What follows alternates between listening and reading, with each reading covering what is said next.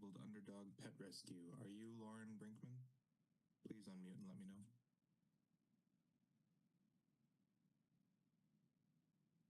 Yes, this is Lauren Brinkman. Sorry, I'll try to relabel. I was having trouble doing that. I can take care of that. Thank you. Thank you.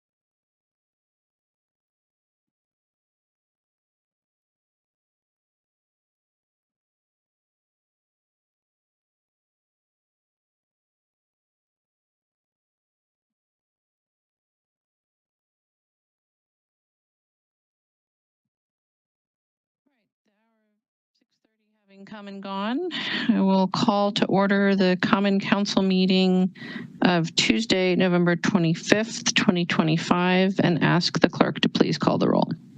Thank you. Alder Pritchett. Present. Alder Pritchett is present. Alder Tischler.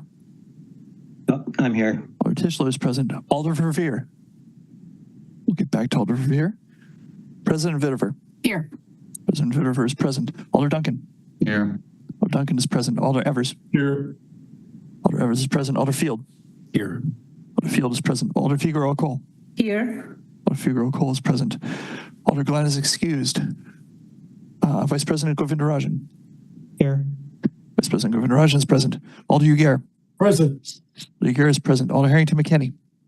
Present. Alder Harrington McKinney is present. Alder Lankella. Here. Alder Lankella is present. Alder Knox. Here. Alder Knox is present. Alder Madison. Here. Alder Madison is present. Alder Martinez Rutherford is excused. Alder Matthews. Here. Alder Matthews is present. Alder Mayor. Here. Alder Mayor is present. Alder O'Brien. Here. O'Brien is present. Alder Ohovich. Present. Ohovich is present. Alder Revere. Here. Alder Revere is present. Madam Mayor, we have a quorum. Thank you. As it's been a while since we have had a fully virtual meeting, let me offer a few reminders. First of all, I would ask that council members keep your cameras on if at all possible so that we can count noses and maintain quorum. For staff, preference is for you to keep your cameras off unless you're responding to a question, and then for you to turn your camera on. For members of the public that are here registered to speak, you will not be able to turn your camera on, but we will call on you and unmute you at the appropriate time so that you can give your testimony. I'd also ask folks just in general to remain muted while not actively speaking so that we can not have any background noise or hear your cross conversation if you should be having any wherever you are. And then, of course, ask members of the body to use the raise hand function if you wish to be recognized. And staff, if you are here to respond to a question, you could also use the raise hand function as you're responding so that you jump up to the top of our Zooms so we can see you. All right. That said, I will also add my regular reminder that we're here to do the business of the residents of Madison, and that I ask that we do so with grace and kindness, that all refrain from using profanity in your remarks this evening. And we will start tonight with honoring resolutions. Our first honoring resolution is item 1, Legistar 90755, recognizing November as Homeless Awareness Month.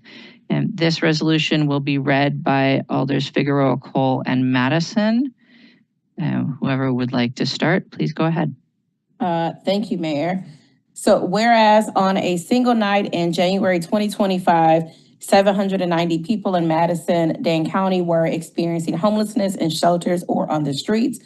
And whereas annually, close to 3,000 people are served in emergency shelters and transitional housing in our community, and many more live in unstable, doubled-up situations or in hotels. And whereas the number of Madisonians affected by homelessness is a significant community issue, and whereas homelessness has a tremendous impact on those who experience it, particularly children, and has been shown to inflict higher levels of emotional and behavioral health problems, increase the risk of serious health issues, separate family members from one another, and disrupt school attendance, often leading to lower academic performance. And whereas there are many causes of homelessness, but chief among them are a shortage of available affordable housing, enduring poverty, the growing gap between soaring housing costs and stagnant incomes, health and behavioral health challenges, and domestic violence. And whereas people of color are disproportionately represented among those who experience homelessness, largely due to longstanding historical and structural racism reflected in housing segregation, poverty, and higher rates of incarceration. And whereas while issues around homelessness are complex and challenging, they are solvable. And whereas we can address those issues not by blaming the people who experience homelessness, but by working to build a response system that is humane, equitable, and coordinated, and that is focused on ultimate solution to homelessness, which is providing stable, affordable housing. And whereas the City of Madison collaborates with service providers and people with lived experiences of homelessness to evaluate the homeless response system and implement best practices to effectively meet the needs of our community, ensuring that those who have directly experienced homelessness are not only at the table, but are actively shaping policy and practice based on their unique perspectives and insights. And whereas the City of Madison invests in all aspects of homelessness response systems, including the solution of affordable housing and significant investment in the building and operation of the new purpose-built men's shelter. And whereas the purpose of this proclamation is to raise public awareness about the extent and impacts of homelessness in our community, and to call on leaders at the local, state, and national levels to rededicate themselves to take the necessary steps to make homelessness a rare, brief, and one-time experience for our residents. Now, therefore, be it resolved that Mayor Satya Rhodes Conway and the Madison Common Council, on behalf of the residents of Madison, Wisconsin, do hereby proclaim November 2025 as Homelessness Awareness Month and pledge to commit the city to work towards its eradication. Thank you. Thank you, Alders. We will take that as moved by Alder Madison and seconded by Alder Figueroa Cole. And we do have, I believe, Kim Sutter here from Porchlight to accept the resolution. Kim, you should be unmuted if you'd like to say a few words. Okay, great. Thank you. Good evening, everyone. I'm Kim Suter, the Director of Emergency Services at Porchlight, and I'm honored to be here to accept the proclamation recognizing November as Homelessness Awareness Month in Madison. At a time when homelessness is becoming increasingly visible, both locally and nationally, it is so important to focus our attention on the needs of our neighbors experiencing homelessness and on the hard work of our homeless service providers and community partners. I want to thank the City of Madison for its huge investment in purpose-built shelter. As challenges and barriers in this work continue to pile up, we at Porchlight are looking forward to the opening of the Bartolon shelter and our increased ability to serve shelter guests with the dignity they deserve in a facility that was meant for that purpose. We have also been grateful for the support of our alders while we've occupied our temporary shelter spaces, particularly Alder Madison, who has been a champion of Porchlight and especially our shelter guests during our time at Zaya Road. Ending homelessness takes all of us, and I so appreciate your commitment to this work. Thank you. Thank you. The resolution has been moved and seconded. Is there any discussion? Seeing no discussion, is there any objection to recording unanimous vote in favor? Seeing no objection, we'll record a unanimous vote in favor of item 1. That will take us to item 2, which is Legistar 90827, declaring November 20th, 2025 to be Transgender Day of Remembrance. Don't have anyone here to accept this resolution, so President Vitiver, a motion, please. Move to adopt. Second. Moved and seconded to adopt item 2. Is there any objection to recording a unanimous vote in favor?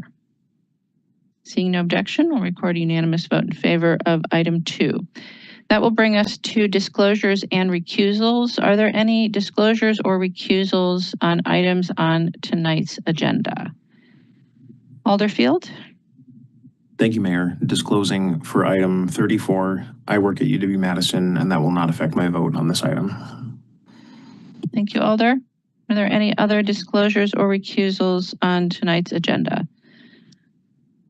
Alder Tischler. I also work at the university, and that this item will not affect my vote. Thank you, Alder. Alder Matthews. I also work at the university, and this item, it won't affect my vote. Thank you, Alder. Alder Mayor. I also work at the university, and this will not affect my vote. Thank you, Alder. Are there any other disclosures or recusals on items on tonight's agenda? Seeing none, that will take us to the presentation of the consent agenda. President Vitiver. A consent agenda is moved with the recommended action listed for each item on the agenda, except items that have registrants wishing to speak and items that alders have separated out for discussion or debate purposes. This document lists supermajority items, agenda items with recommendations different from the agenda, items for exclusion, items introduced from the floor, and agenda items with corrections. The following agenda items are supermajority items. Item 12, Legislative File 90611, approving Park Commission President Member appointments to a subcommittee of the Board of Park Commissioners. Item 22, Legislative File 90653, authorizing the mayor and city clerk to execute petitions to cause 2 city-owned parcels located near the intersection of Watts Road and Sugar Maple Lane to be attached to the city of Madison from the town of Middleton in District 1. Item 23, Legislative File 90657, reapproving a certified survey map of property owned by Wiedenbeck Historic Properties Limited Partnership located at 619 and 699 West Mifflin Street in District 4. Agenda items with recommendations different from the agenda. Item 24, Legislative File 90366, approving the 2026 operating plan for Madison's Central Business Improvement District, Districts 2, 4, and 8. Report of Downtown Coordinating Committee recommends to adopt. Item 94, Legistar File 90967, by title only, year-end appropriation resolution amending the 2025 adopted operating budget by taking the following actions and amending the 2025 adopted capital budget by taking the following actions. And the new title is "and authorizing the mayor and clerk to execute an agreement for a shelter endowment." Agenda items excluded by request of alders or speakers registered. Item 10, Legistar 90169, substitute creating section 23.202 of the Madison General Ordinances related to age restrictions on hemp-derived THC products. And item 11, Legislative File 90423, creating section 23.65 of the Madison General Ordinances to regulate the sale of pets in retail pet stores. Items introduced from the floor, Legislative File 90986, assessing costs associated with mutual aid responses provided by Madison Police Department for the purposes of recouping extraordinary expenses. That will go to Public Safety Review Committee on 1210 and Common Council on 113, and there are no agenda items with corrections. Thank you, President Vitiver. Are there any other items that alders would like to have removed from the consent agenda at this time? Seeing none, And let me just review. We have items 12, 22, and 23 that require 14 votes. The recommendation on item 24 is to adopt, and on item 94, there's an updated title. We will be excluding items 10 and 11, and we have one introduction from the floor of Legistar 90986, which will be referred to the Public Safety Review Committee on 12/10 and back to the Council on 1/13. Seeing nothing else on the consent agenda, motion to approve, please, President Vitiver. Move to approve. Second. Moved and seconded to approve the consent agenda. Is there any objection to recording unanimous vote in favor of the consent agenda? Seeing no objection, we will record that vote. And we will go on then to public comment. All right, our first item with registrants wishing to speak is agenda item 10, which is a substitute creating sections of the Madison General Ordinances related to age restrictions on hemp-derived THC products. On item 10, we have one registrant wishing to speak, Philip Scott of District 12. Oh, I'm sorry, Alder Point Mayor. of order, Madam Mayor. Yes. Yes, point of order. I did not receive a registrants list. Was one sent out? It should be available to you online, Alder. Okay. As usual. Okay, I will search for it. Thank you. I'm not aware if the council office sends you all registrant lists in advance. I think you just need to access it via the link. Pardon. Nope, no worries. All right, so now do we have Philip Scott of District 12 on item 10? Yes, I'm here. Please go ahead. Hello, my name is Philip Scott. I own a retail location called Corona Apothecary on Madison's north side. At first, I was anxious about how the city might approach this subject. We are pleased that the language in Ordinance 90169 has been thoughtfully put together to bring some guidelines that are much needed for our retailers. We are delighted with Section 4, subsection A, on how it grandfathers in current retail locations. We are also pleased with Section 3, subsection A-1, on not allowing vending machines. This will help guarantee that business is being driven to our local retailers to help with age verification. As always, I like to think ahead as an entrepreneur, and though I'm happy with this language to help me want to keep investing in our community, I hope the city isn't opening itself up for future lawsuits since the state hasn't moved forward with language for guidance on this issue yet. Thank you for your time, and I hope you'll enjoy your evening. I yield. Thank you. That is the only registrant wishing to speak on item 10. Are there questions for any of the registrants on item 10? Seeing none, then we will go on to item 11. Item 11 is creating sections of the Madison General Ordinances to regulate the sale of pets in retail pet stores. On item 11, our first registrant wishing to speak is Lauren Brinkman of District 15, representing Underdog Pet Rescue and Vet Services, to be followed by Megan Nicholson, to be followed by Kristen Schubert. Do we have Lauren?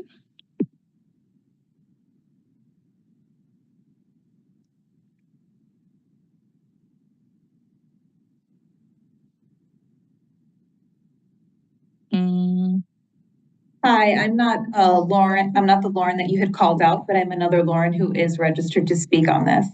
Right, we will get to you in a minute. Sorry about that. Lauren Brinkman, you should be able to speak now. Hello, thank you.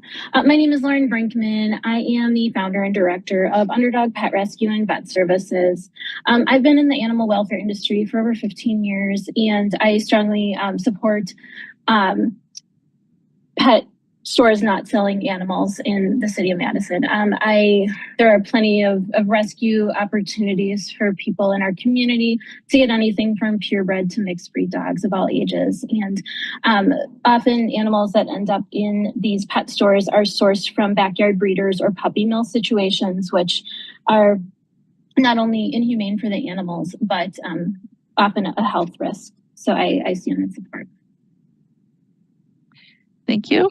Our next registrant is Megan Nicholson of District 13, representing the Wisconsin State Director for Humane World for Animals.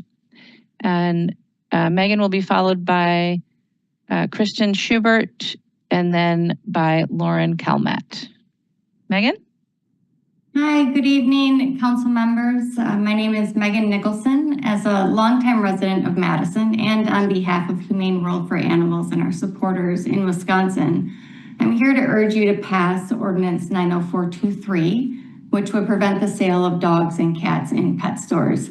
Due to serious concerns for animal welfare and consumer protection, 8 states, including our neighbors to the south in Illinois, and over 500 localities, including many in Wisconsin, have prohibited the sale of puppies in pet stores. Alder Evers' ordinance is preventative. Madison currently has no pet stores that sell puppies, and ending puppy sales in these pet stores altogether is really the only effective way to address the serious problems tied to the puppy mill to pet store pipeline. And passing preventative measures like this plays an important role. Without this ordinance, there is nothing preventing bad actors like Petland, which is a notorious puppy retailer, from opening up in our community. Public records, if you take a look, show that Wisconsin puppy stores do source puppies from breeders and brokers who keep dogs in conditions that no customer would knowingly support. It's not realistic to require pet stores to only buy from quote unquote ethical breeders, because there's no reliable oversight to ensure humane treatment. And even under USDA regulations, the cruel practice of keeping dogs in cramped wire cages, things like that are allowed, and enforcement of these minimal standards at best is notoriously weak. Also, inhumane conditions like this can also exist under state licensing. Stores that sell puppies, they often mislead customers. They promise healthy, well-socialized puppies from humane breeders. When they put that fluffy, cute little ball of fur in your arms and you look into those big, wide eyes, you tend to believe what they're saying, but the reality is really different. Many puppies from the mill industry are sick, they're poorly socialized, and after spending thousands, literally thousands of dollars to purchase a puppy, and also financing at times their purchase with undisclosed rates at up to 188%, new pet owners can be smacked with unexpected veterinary bills and at times the loss of their new pet. And regulations, it sounds great, but it can't fix a system that's fundamentally broken. Recent example comes from Las Vegas. City leaders tried to tackle this problem through regulations and it didn't work. And just recently, they voted to phase out all of those retail puppy sales entirely in Las Vegas City. This is preventative. Our pet stores will continue to thrive. Our incredible shelters and rescues will continue to promote adoption and provide unwavering support and resources for our community. And Madisonians will still continue to be as dog crazy as we've always been. The community has never relied on a pet store to get a puppy. And that's time. We don't need to in the future. So I urge you to pass the ordinance. All right, our next registrant is Kristen Schubert of Wauwatosa, Wisconsin, representing Bailing Out Benji, to be followed by Lauren Calmet, to be followed by Jody Pelski. Hi, can you hear me? Yes. Thank you. My name is Kristen Schubert. I'm a Wisconsin resident and frequent visitor to the city of Madison. I'm also one of the Wisconsin state leads for Bailing Out Benji, and I'm here tonight asking for your support on item 11 regarding the sale of puppies in pet stores. Bailing Out Benji is a nonprofit dedicated to education and raising awareness of puppy mills. We do this by collecting thousands of certificates of veterinary inspection called CVIs, which are obtained through a FOIA request to the Wisconsin Department of Agriculture. The closest puppy selling pet stores to Madison are Petland Janesville and Petland Racine, and they're sourcing their dogs from breeders and brokers with documented animal welfare violations. For example, Ada and Andy Yoder in Minnesota, USDA inspectors cited them twice in 2023 for keeping puppies in excessively hot conditions where they appeared visibly uncomfortable. Freeman Helmuth in Sunrise Kennels in Iowa, in 2023, inspectors found a puppy with eyes sealed shut from an infection that had not been taken to a veterinarian, and inspectors also documented rodent feces contamination in the kennel. James and Melinda Hilty, Pawfect Puppies in Indiana. They're a massive broker selling puppies nationwide. And in 2025, USDA inspectors found that 6 puppies were transported before 8 weeks of age, and enclosures were also found to be too small, including one holding 9 puppies. So these are just like a few examples of suppliers that Wisconsin's puppy selling pet stores rely on. And this clearly demonstrates what could come into Madison if a puppy selling pet store does move in. So because dogs from puppy mills often receive inadequate socialization and substandard vet care, unsuspecting consumers frequently face significant behavior or medical issues after purchase on top of an already high sticker price. So these problems can be a financial and emotional burden for the dog's family. And then another important point, which has been mentioned before, is that this ordinance isn't going to impact any businesses in your city, as there are no existing puppy selling pet stores. However, it won't discourage pet-related businesses from operating under a humane model from choosing the city of Madison as their new home. It's well established that no pet store needs to sell puppies to make a profit. The vast majority of pet stores in Wisconsin do not sell puppies and kittens. 30 seconds. They profit from products and services. American Pet Products Association reports that the pet business is booming, with Americans spending $152 billion on their pets in 2024. So should this ordinance pass, Madison would remain open to the vast majority of the pet industry business who adhere to a supplies and services model. So we hope to count Madison as the next humane city. So please consider supporting this humane pet store ordinance. And thank you for your time. Thank you. Our next registrant is Lauren Calmet of Washington, D.C., representing the Pet Advocacy Network, to be followed by Jody Pelsky, to be followed by James Metz. Lauren? Hello, good evening, Alders. My name is Lauren Calmet, and I am here on behalf of the Pet Advocacy Network, which represents responsible pet care professionals across the country. While I appreciate the sponsor's passion for animal welfare, and of course we share that same goal, this ordinance would not protect even one pet. It misrepresents where real harm is happening and reinforces a false narrative about how irresponsible breeders operating outside of the law actually function. For that reason, we respectfully oppose this ordinance related to cats and dogs in retail pet stores. This ordinance does not go after the people who are actually harming animals. It leaves untouched the breeders who operate outside of the law, including those meeting families in parking lots or hiding behind anonymous online profiles. Instead of addressing those bad actors, this ordinance targets responsible pet professionals who operate within the law. Responsible pet stores provide something that families cannot get from online sellers or breeders who operate outside the law: a real feedback loop and real accountability. If a family brings home a puppy and later discovers a health or genetic issue, they can return to the store, get answers, and make sure the concern is addressed with the breeder. In the past, when responsible stores saw patterns like multiple puppies from the same source developing similar issues, they could intervene, pause sourcing, and require the breeder to correct the problem before any future litters were offered for adoption. That level of oversight protects both animals and consumers. None of that happens with sellers who operate through parking lot meetups or anonymous online profiles. Once the money is exchanged, they disappear. There is no traceability, no way to contact the breeder, and no system to protect the same issue from happening again. If we care about animal welfare, we should be strengthening oversight where it is missing, not discouraging the people who want to do things the right way. Pet stores also give families honest guidance about breed traits, exercise needs, size, temperament, without the pressure of some breeders feel to adopt out puppies quickly. Their goal is to match families responsibly and not just to rush a sale. Responsible pet stores offer something that the internet cannot: traceable breeder information, complete health records, and real accountability. When regulated options disappear, families lose the only pathway that gives them transparency and protections. 30 seconds. We have seen the consequences of similar bans in other communities, and they have not improved outcomes for animals. What they do is eliminate regulated, transparent pathways. Thank you for your time and consideration. The Pet Advocacy Network would welcome the chance to work with you on solutions that strengthen sourcing standards and hold the real bad actors accountable. Thank you. Thank you. Our next registrant is Jody Pelsky of District 13, to be followed by James Metz, to be followed by Ruth Metz. Jody? Jody, you should have a prompt to unmute yourself.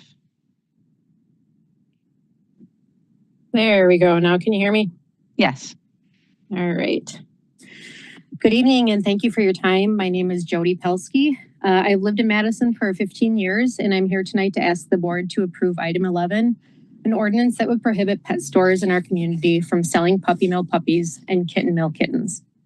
I became interested in introducing this ordinance in Madison because 6 years ago, I adopted my dog Scooby from a rescue that takes unwanted and imperfect dogs from large-scale breeders in Wisconsin, of which there are still many in existence. I noticed that these ordinances were being passed in cities around Wisconsin and across the country, and I was surprised to see that Madison did not have one in place, being such a progressive and pet-loving city. In passing this ordinance, the city of Madison would be in good company, as 14 other localities in Wisconsin have passed one, including Whitewater, Appleton, Beloit, Waukesha, La Crosse, Sun Prairie, to name a few. This is in addition to 500 plus localities and 8 states across the nation. What it comes down to is that publicly available records show that a majority of pet store puppies come from puppy mills. Yes, there are some responsible stores, but they are definitely the exception. And they are still a middleman, profiting from the sale of cats and dogs. Pets should not be a profit source. Prospective pet owners should go directly to a breeder and see the mom and dad so that they know for sure what they're getting. This ordinance will not impact any existing businesses in Madison, so now is the perfect time to protect residents from these issues and prevent any future bad actors from coming in. Puppy selling pet stores, who include deception, disease, and predatory lending practices as part of their business model, are not what this city is about. It's important for the city of Madison to protect its residents and the pets we love. This ordinance will do just that, while also encouraging responsible pet ownership, as residents will still be able to find a new pet directly from any of the responsible breeders, shelters, or rescues in our area. Thank you for your time, and I urge you to approve this ordinance. Thank you. Our next registrant is James Metz of Beaver Dam, Wisconsin, to be followed by Ruth Metz. Do we have James? James, you should also have a prompt to unmute yourself. Okay, I've got the unmute now. Yep, there you go. Yep. Good evening, elders. My name is Dr. Jim Metz. I'm here tonight to respectfully oppose Ordinance 90423. My wife Ruth and I have been in Wisconsin animal care professionals for over 40 years, operating a veterinary clinic and pet stores that have served families throughout this state. We have dedicated our careers to protecting animal health, strengthening the human-animal bond, and doing everything we can to be a responsible part of this community.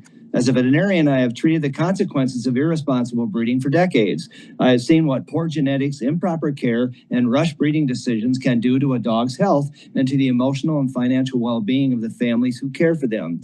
That's exactly why Ruth and I have always been selective about the breeders we worked with. If I could not stand behind a breeder as a veterinarian, we did not work with them. That level of responsibility is something we took seriously long before discussions about pet sale bans were part of the public conversation. My concern with this ordinance is simple. It does not address the individuals who are actually harming animals. The breeders who operate outside the law, the sellers meeting families in parking lots, and the online profiles that disappear as soon as money is exchanged will all continue unaffected. This ordinance does nothing to reach them. Instead, it targets the portion of the industry that already follows state law, already provides transparency, and already has veterinary oversight. Across the country, national groups have promoted similar bans. 76% of recently adopted ordinances were in communities without a single pet store. That pattern should raise serious questions. If the stated goal is to protect animals, why pursue policies in places where no such activity exists? After more than 40 years as a veterinarian, I can say with confidence that symbolic bans do not stop irresponsible breeding. They simply remove the regulated options and leave families with the risky ones. I want to acknowledge the sponsor for taking the time to meet with my wife and me. We appreciated the conversation, but I was disappointed that our attempt to discuss workable evidence-based alternatives was not considered. Responsible, law-abiding pet stores offer something the online marketplace cannot: traceability. When a puppy comes from regulated source, families receive clear health histories, veterinary records, and a point of contact if something goes wrong. That system allows problems to be identified early and corrected. It protects animals and it protects the people who care for them. Once regulated pathways disappear, families are left turning to sellers who have no accountability at all. Rather than adopting an approach that has failed elsewhere, I urge the council to consider targeted solutions that would meaningfully address irresponsible breeding. Stronger sourcing standards, greater transparency, and enforcement of existing state laws would actually improve welfare conditions. Those are the tools that make a difference without cutting families off from reputable, humane sources. Thank you for allowing me to share my perspective. And should the council choose to table, I am available this evening to answer questions you may have, and should the council choose to table a vote, I would welcome the opportunity to lend my expertise and real-world experience to help shape any future ordinance in a way that truly protects animal welfare. Thank you. Our next registrant and final registrant wishing to speak is Ruth Metz of Beaver Dam, Wisconsin. Ruth? I will unmute. There we are. Good evening. My name is Ruth Metz. My husband Jim and I are the founders of Animart. We have spent more than 40 years serving our local pet community through our veterinary clinic and pet stores. I thank you for the opportunity to speak on Ordinance 90423. I want to begin by saying that I am completely confused about why this ordinance is being introduced at all, because as you know, there are no pet stores in Madison selling puppies or kittens. The proposal does nothing to address the real problem of unethical breeders operating outside the law, and it casts responsible pet stores in a negative and misleading way. Helping people bring home a healthy, well-adjusted puppy or kitten has been one of the great joys of our careers, and we are proud of the role we continue to play in supporting that experience. At Animart, we accept unwanted litters and work mainly with small local breeders. In addition to TAC-CAP licensing, any larger breeder must also follow our own Animart Breeder Excellence Standards. These include allowing at least one non-breeding heat cycle after each litter, ensuring every puppy and kitten is at least 8 weeks old, providing high-quality nutrition and frequent positive human interaction.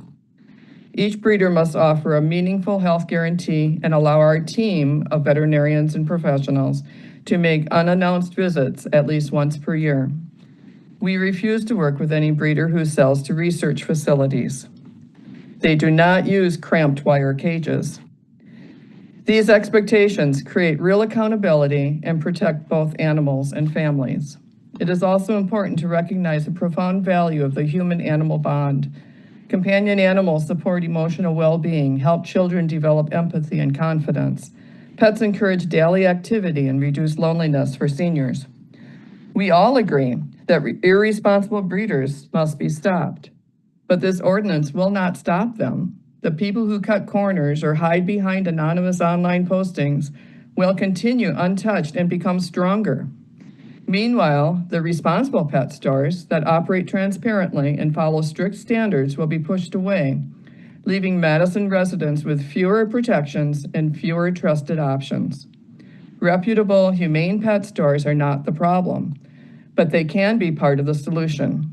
Removing responsible sources does nothing to address the underlying issues this ordinance claims to target. For these reasons, I urge you to vote no to Ordinance 90423.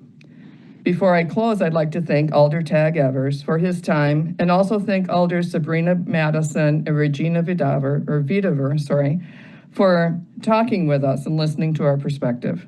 Thank you for your time this evening, and I'm happy to answer any questions. Thank you.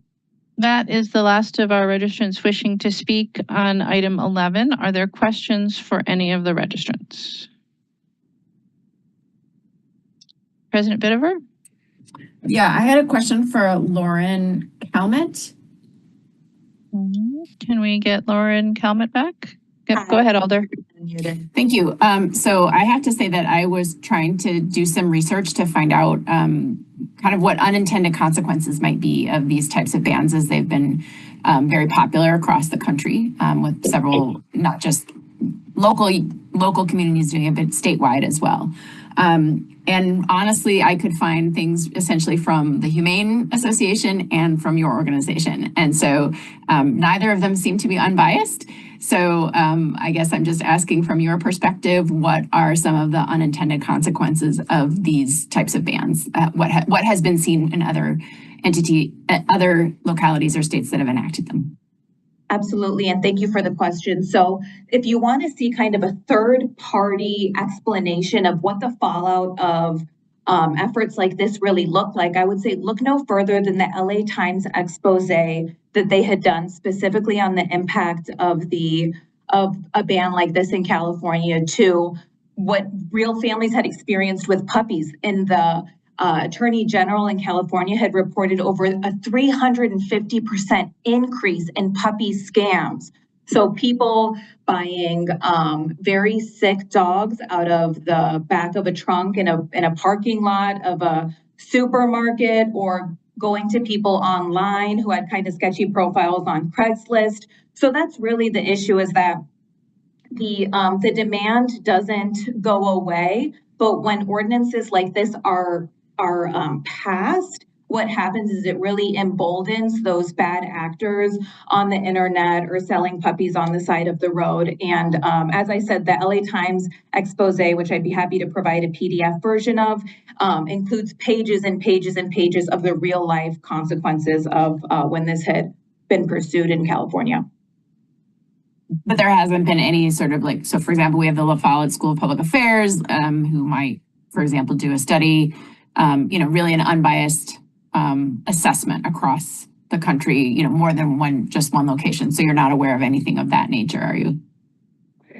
Off the top of my head, I'm not familiar of any universities who had partnered to study this, but as I shared, there are very reputable reporters at the LA Times, and I'd be happy to provide that information, which is a really detailed expose on the impact of a law similar to this. Thank you so much. Thank you, President Bidover. Alder Evers, questions? Actually, I'm sorry. Alder Evers, are your questions for Lauren? No. Alder Duncan? No. Alder Pritchett for Lauren? No. Alder Okovitz for Lauren? Yes, it is. Okay. Go ahead, Alder Okovitz. So I looked up admittedly, you just mentioned this, so I did a quick Google search, but I found Attorney General Bonta of California putting out an alert on cruel puppy market schemes. I didn't see anything about a 300% increase, but one of the first things that they call out is that a reputable breeder should meet you in person, not sell their puppies or kittens through pet stores or online to people they have not met. I just wanted to know if you could comment on that. Yeah, I absolutely agree. There's, part of our organization's focus is specifically on puppy scams.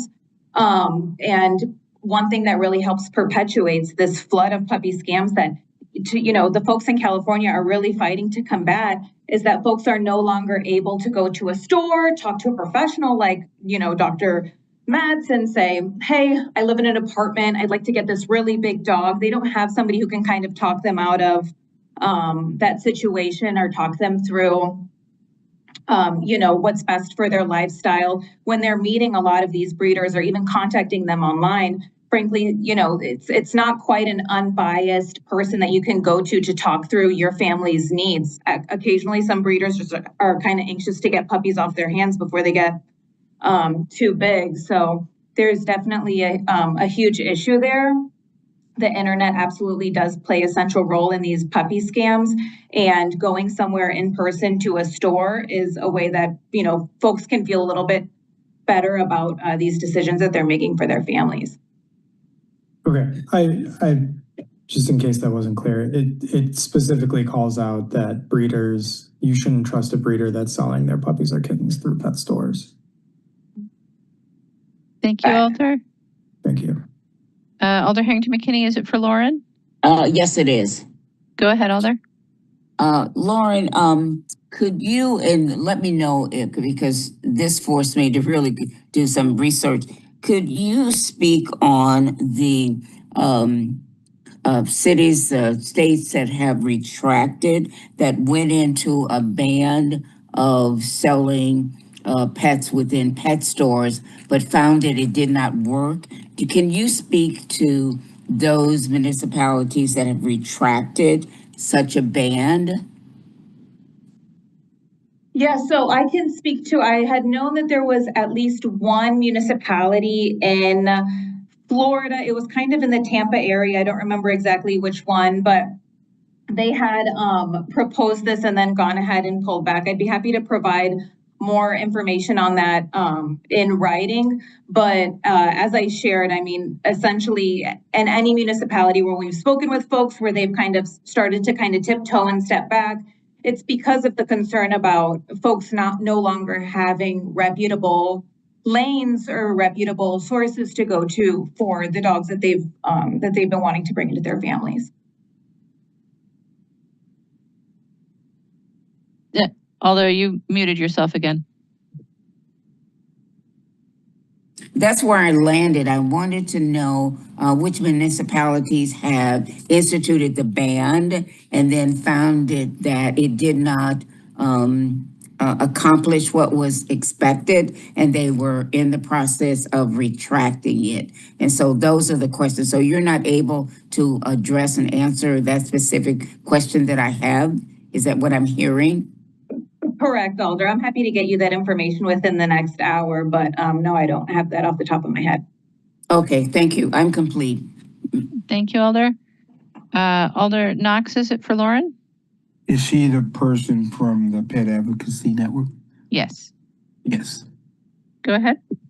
I guess one of my questions were, so who regulates the breeders, if anyone, at whatever level, federal, state, or is there any regulatory oversight over breeders? Yes, so at the federal level, there is the U.S. Department of Agriculture, but also specifically at the state level, there's, I think, DATCP. And I would encourage you to share that question with Dr. Metz, who I know had met with them specifically about what it looks like to operate within the law in the state of Wisconsin. Okay, are you aware if there are breeders in the city of Madison? No, I'm not aware of any breeders who are located in the city of Madison. Okay, I think my question was for the veterinarian clinic person. Thank you. Thank you, Alder. Keep your hand up and we'll come back to you on that one. Okay. All right. Thank you, Lauren. I think that is all the questions for you at this time. So then Alder Evers, questions for someone else? Yes, for Megan Nicholson, please. Can we have Megan back, please? Hello. Go ahead, Alder. Yes, thank you. Megan, you just heard the lobbyist for the Pet Advocacy Network not be able to answer the question about the 520 municipalities that have passed ordinances banning the sale of puppies and kittens in pet stores, not able to list a single one that is retracted. Are you aware of any of municipalities throughout the country or the 14 municipalities within the state of Wisconsin? Have any of these municipalities had buyer's remorse and chosen to retract that you're aware of? No, actually in Waukesha, there was a pet land looking to open, and they had already met with council members and it was ready to move forward. And the community found out and they actually didn't allow them to open. They passed this ordinance in order to prevent that.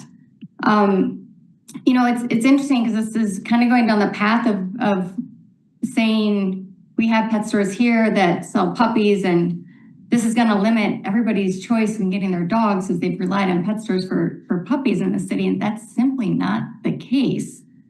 this is preventative. This is, I've heard from so many advocates in this city because I am from this city. I live here. I have been a resident for over 25 years, and people are so excited about this. You know, unfortunately, this is during Thanksgiving week, and so a lot of people I know sent in emails in support. They've called me and said that they were so excited about this, that this was moving forward in our city that we live in, and it's just interesting how this seems to be going down the path of we're shutting down a business here when that's simply not the case.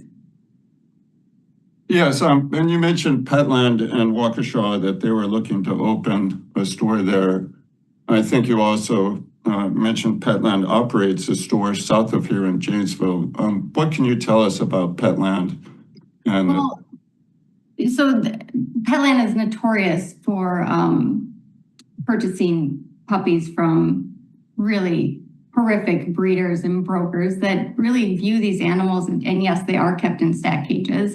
If you want to see that in Wisconsin, we have something called the Horrible 100 Report, which shows these pictures from DATCP, who regulates some of these breeders in Wisconsin that pet stores still buy from, and they make a report year after year because they don't follow the regulations. They get warnings, they get to clean up their act for a year, and then can get on a list again when they have other violations. But you know, Petland, I'll tell you a personal story. I actually went to the Janesville Petland a few years ago because I thought, well, I'm gonna just see what it's like.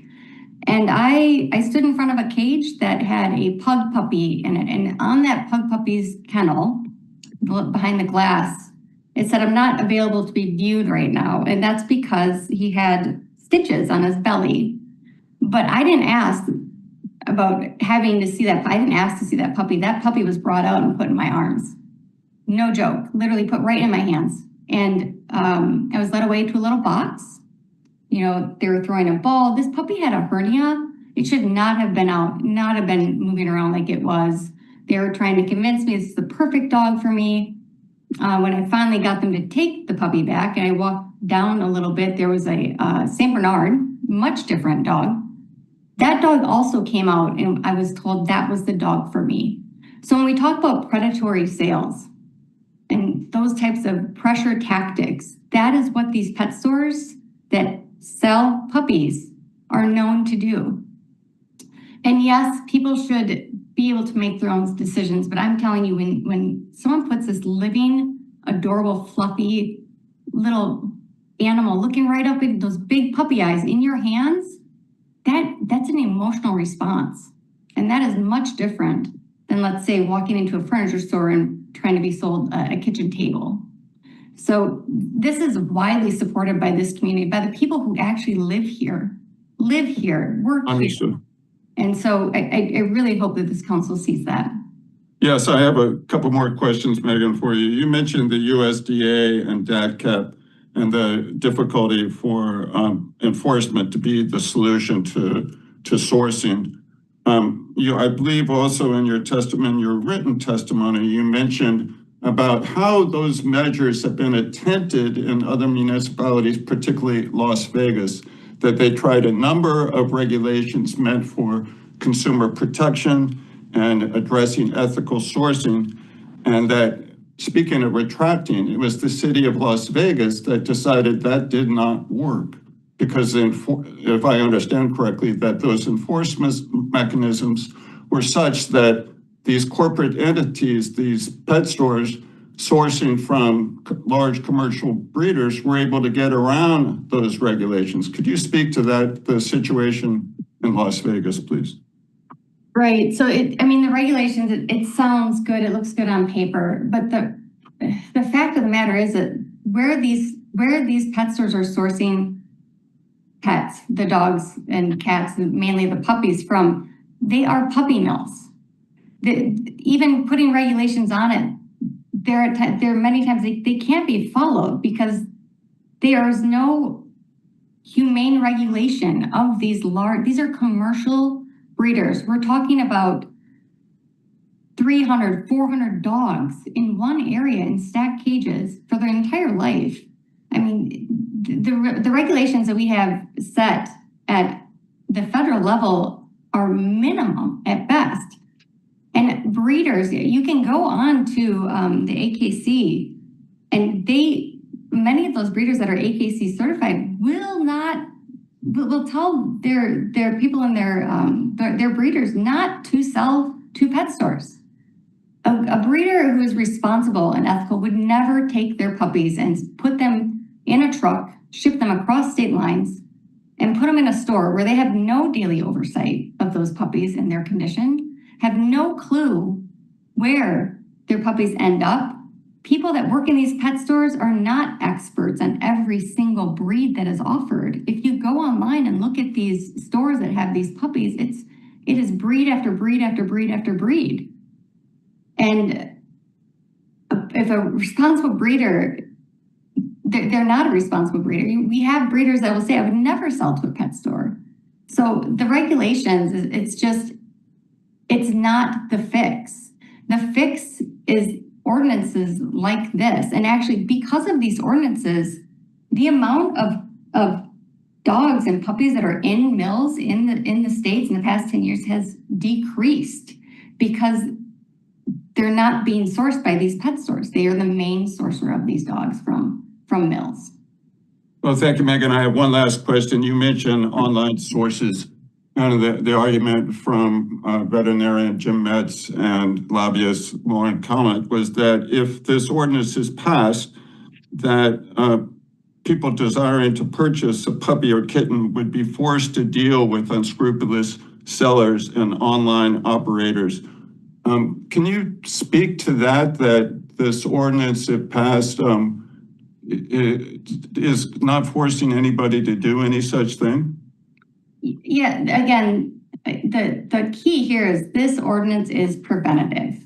People in Madison, we are dog crazy here. We all know that we have a Dogs of Madison Facebook page, and we love our dogs here. There's no evidence. There's no scientific evidence that says ordinances like this lead to this black market. And if Madisonians have been operating by using the beloved rescues and shelters in this city and surrounding the city, by going to the breeders that they already know or work with or being recommended by their friends and family, there's no change. This ordinance doesn't all of a sudden, something is put in place to prevent something from happening. It doesn't just create this whole big issue. That's simply false. All right. Well, thank you very much, Megan. I'm complete. Thank you. Thank you, Alder. Alder Duncan, is it for Megan? Yes, it is. Go ahead. Megan, thank you so much for being here. As the state director for Humane World for Animals, I just wanted to ask a question.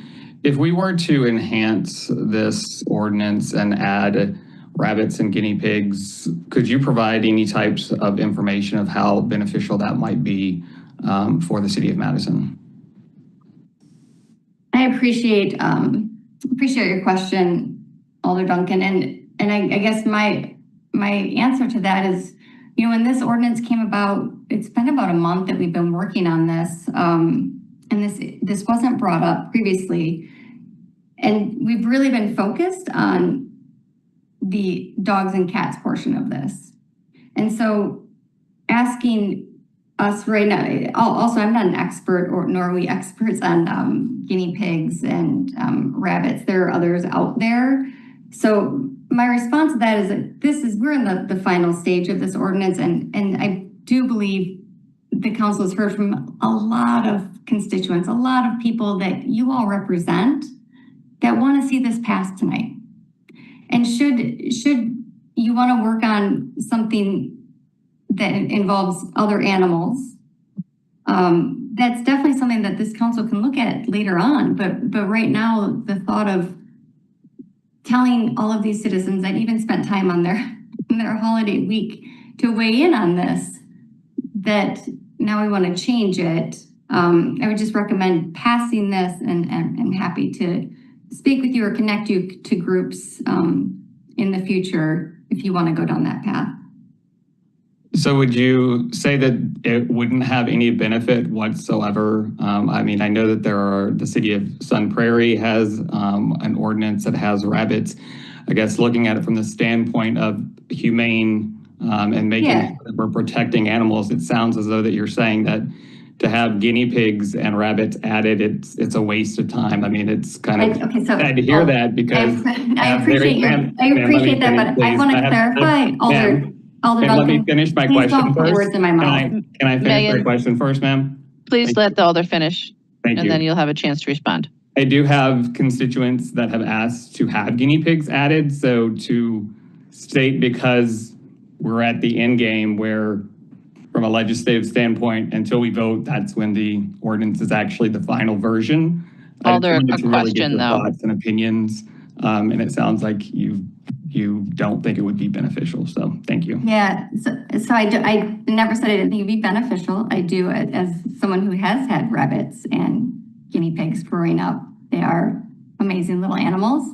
What I'm saying is we're not experts on that. I haven't actually gone around and seen what we have, what stores this would affect, if this would make this a non-preventative ordinance anymore and would affect businesses.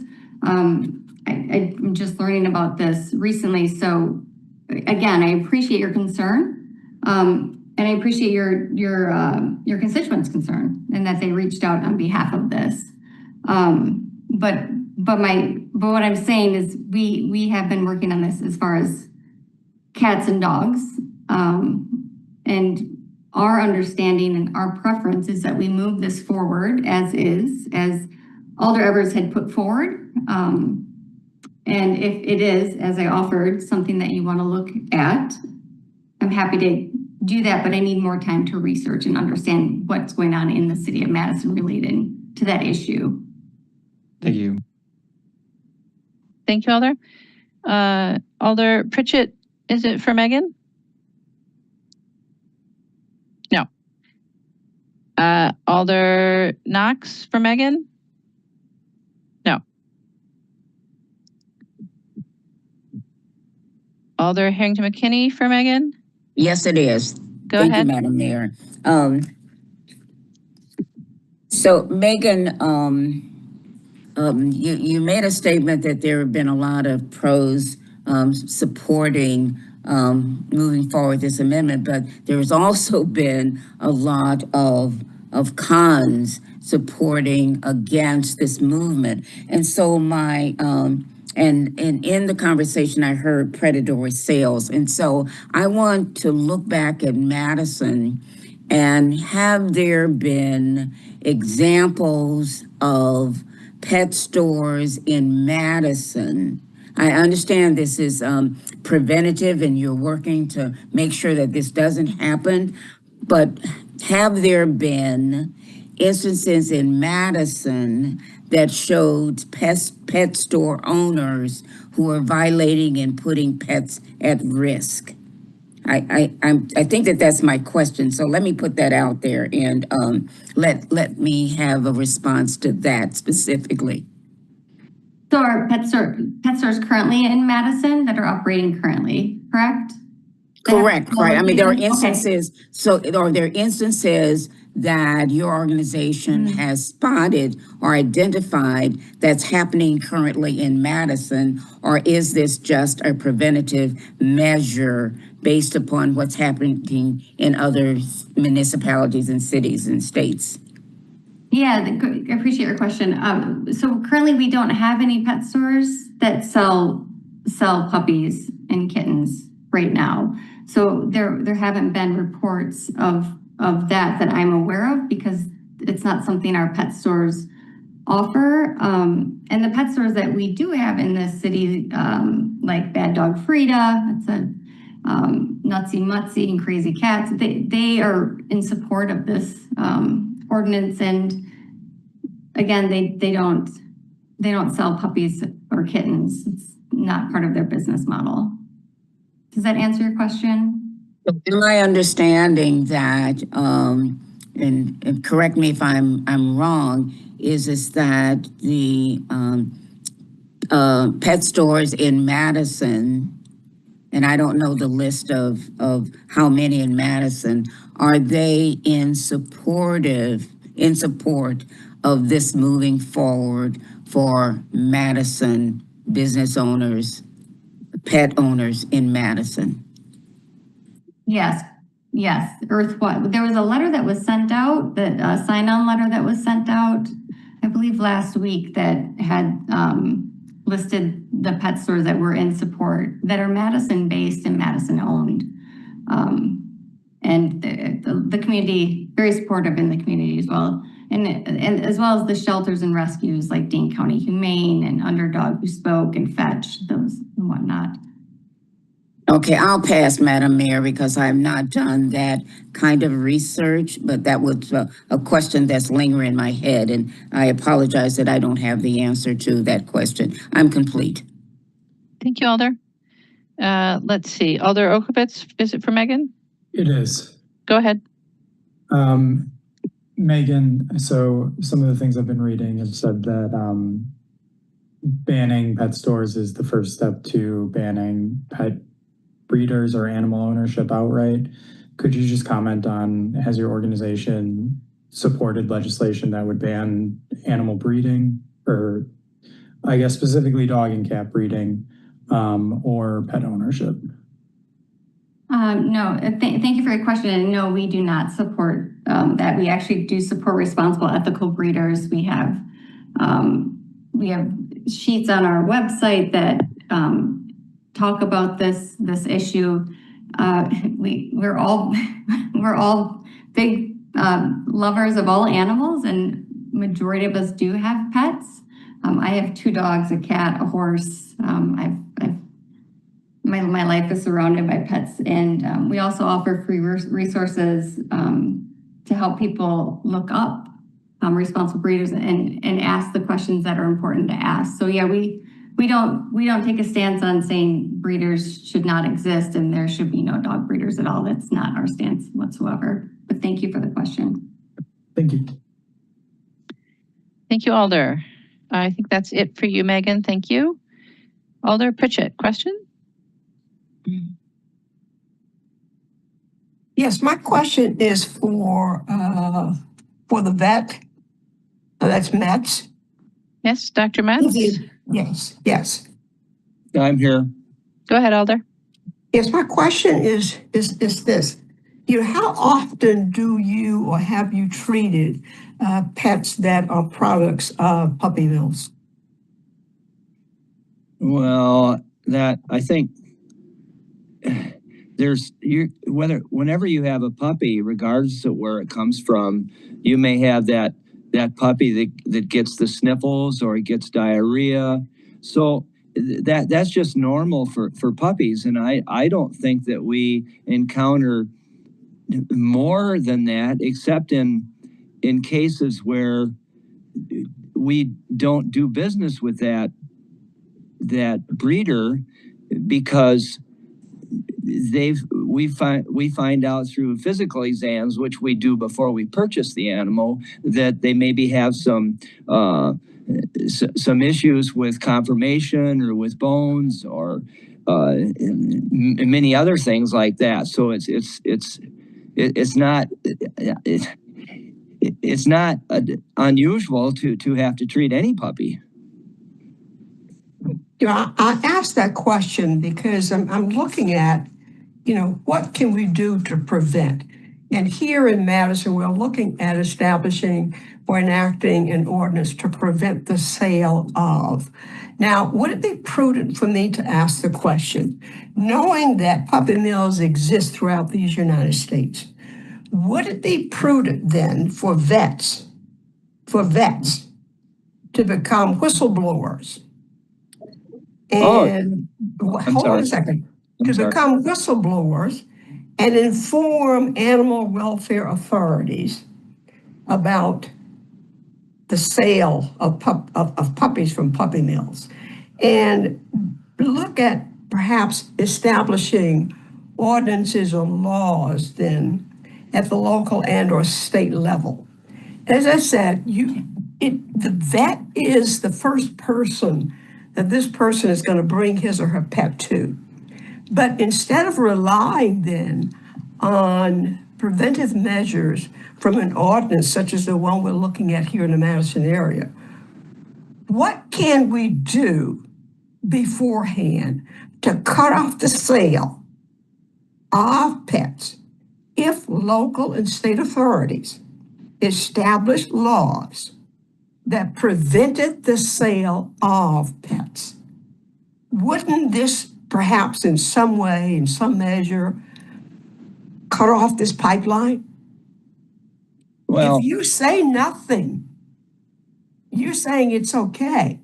But if there are many, many welfare groups out there, animal welfare groups, that can do that. And so now why not begin to look at getting vets and others who know that this is a problem, and you can begin to at least stop it or decrease the sale of. Thank you. Did you want an answer, or you were just, okay? I'm asking a question. Would it be prudent to do so? I think right now, the companion animal organizations, they would report, we would report to DATCAP if we encountered a breeder that was operating illegally and did not have the right licensure, and on and on and on. So yes, we would do that, and I think most veterinarians would do that. We're not caring properly for the animals. Yeah, if they're not caring properly for the animals, that's a said. We part of our program is we would inspect the breeder and inspect the dogs that the breeder has there in the housing, and we'd go through that 37-page report, the Dog Seller and Shelter Program Guide that the Division of Animal Health at Department of Ag, Trade, and Consumer Protection has. It was just published in October of 25. It's a fantastic document of 37 pages on how many requirements there are for somebody that wants to license their facility. So I think the laws are there, and I personally feel that the Division of Animal Health and that those inspectors do an excellent job. Anyone with over 25 animals must be licensed. I hear what you're saying, but at the same time, you're telling me about the pages and pages and pages of this and the laws that exist. Mm-hmm. But I'm saying publicly, do you think you have some control over going on CNN, wherever, to let people know that this is a problem? It's not only a problem here in Wisconsin, but it's a problem nationwide. And the kinds of things that can be done in order to arrest, to stop, to curtail the sale of puppies. I say that because I have had one. That's what I'm asking. There's always bad actors, and I don't think we'll ever be able to shut down all bad actors. I think our definition of puppy mill is a floating definition where everybody has their own opinion about what a puppy mill is. The Department of Ag, Trade, and Consumer Protection and their organization sets a limit of 25, selling 25 dogs or more in a year out of so many litters is considered a licensed breeder, not a puppy mill, a licensed breeder. There will always be bad actors that hopefully will be reported by us or other veterinarians or shelters, etc., to stop that kind of illegal activity. And I personally think that we are doing a very good job in general of reducing bad actors. So I think my personal opinion is we're going in the right direction. But as a frontline person, someone who meets that pet for the first time, I hear you say, that you're doing a good job and you're cutting down. But I'm saying, that as a vet who has vet colleagues, that more can be done by veterinary Alder, I think societies. your question has been asked and answered or not, but I'm not sure you're going to get a different answer trying again. You're probably right. Thank you. Thank you, Alder. Thank you, Alder. Alder Knox, is it for Dr. Metz? Yes, it is. Go ahead. And perhaps, Dr. Metz, you've answered my question, but I heard you just say that the laws are there. And my question was, how effective do you feel USDA and DATCP are in regulating breeders? And did I hear you say a very good job? Can you elaborate on that? Well, we're mostly familiar with the state organization because we do not get involved in out-of-state puppies at all. And so or puppies that are getting shipped across state lines, and that falls under USDA. And yes, I do think that the USDA has a big, a big job to do, because these puppies can go across state lines pretty easy and sneak over and do it without a certificate of veterinary inspection and maybe without proper vaccinations, et cetera. And that's a whole different, that's a whole different problem that's out there with what the USDA has to go through. And for us in our state, we, as Ruth said, we not only go as far as the dog cellar and shelter program that the Division of Animal Health has, but we go even further. And that's because we want to make sure that we're working with the correct breeder, and that breeder is producing the healthy puppies in the circumstances that are required with the program. Okay, so in relationship to this proposed ordinance, you had mentioned when you spoke earlier about that you had suggestions for maybe a more effective ordinance. Can you elaborate on that a little bit? Well, I think sir, thank you very much for the question. I think some of the things we're already doing could be a model for how the city of Madison can require to have more requirements than even the DATCP model. And so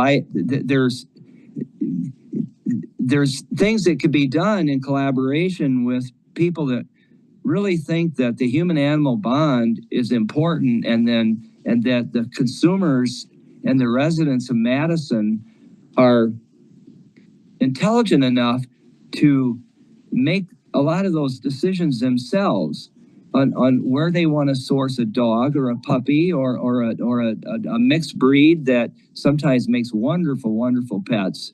Yes, I think Shelter Service and Humane Society play an important role, but certain people sometimes want a new puppy. They don't want to deal, older people don't want to deal with, they don't want to deal with an older dog that has some potential behavior problems, et cetera. So I think there's many ways that veterinarians and can work with breeders and work with the concerned citizens about how to decrease the incidence of potential puppy mills. Go ahead, sir. Yeah, and so do you feel that this proposed ordinance does not effectively address the real problem? No, we do not. Ruth and I absolutely do not think that that's the solution. And the other thing that scares me is that there's an organization that's been floating around that there's a quote from one of the people in that organization. They are hoping one day to ban the sale of all animals in retail pet stores.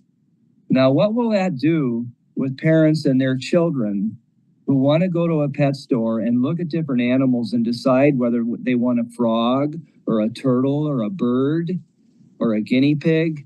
They won't have that choice, and they won't learn. They need that human animal bond. And you can do it with more than puppies and kittens. There's many pets that are just wonderful pets for young people and families, and that's lost if you ban pet stores. The puppies and kittens, and then if the rest of it goes, families won't have a chance to have an opportunity to look at those animals even.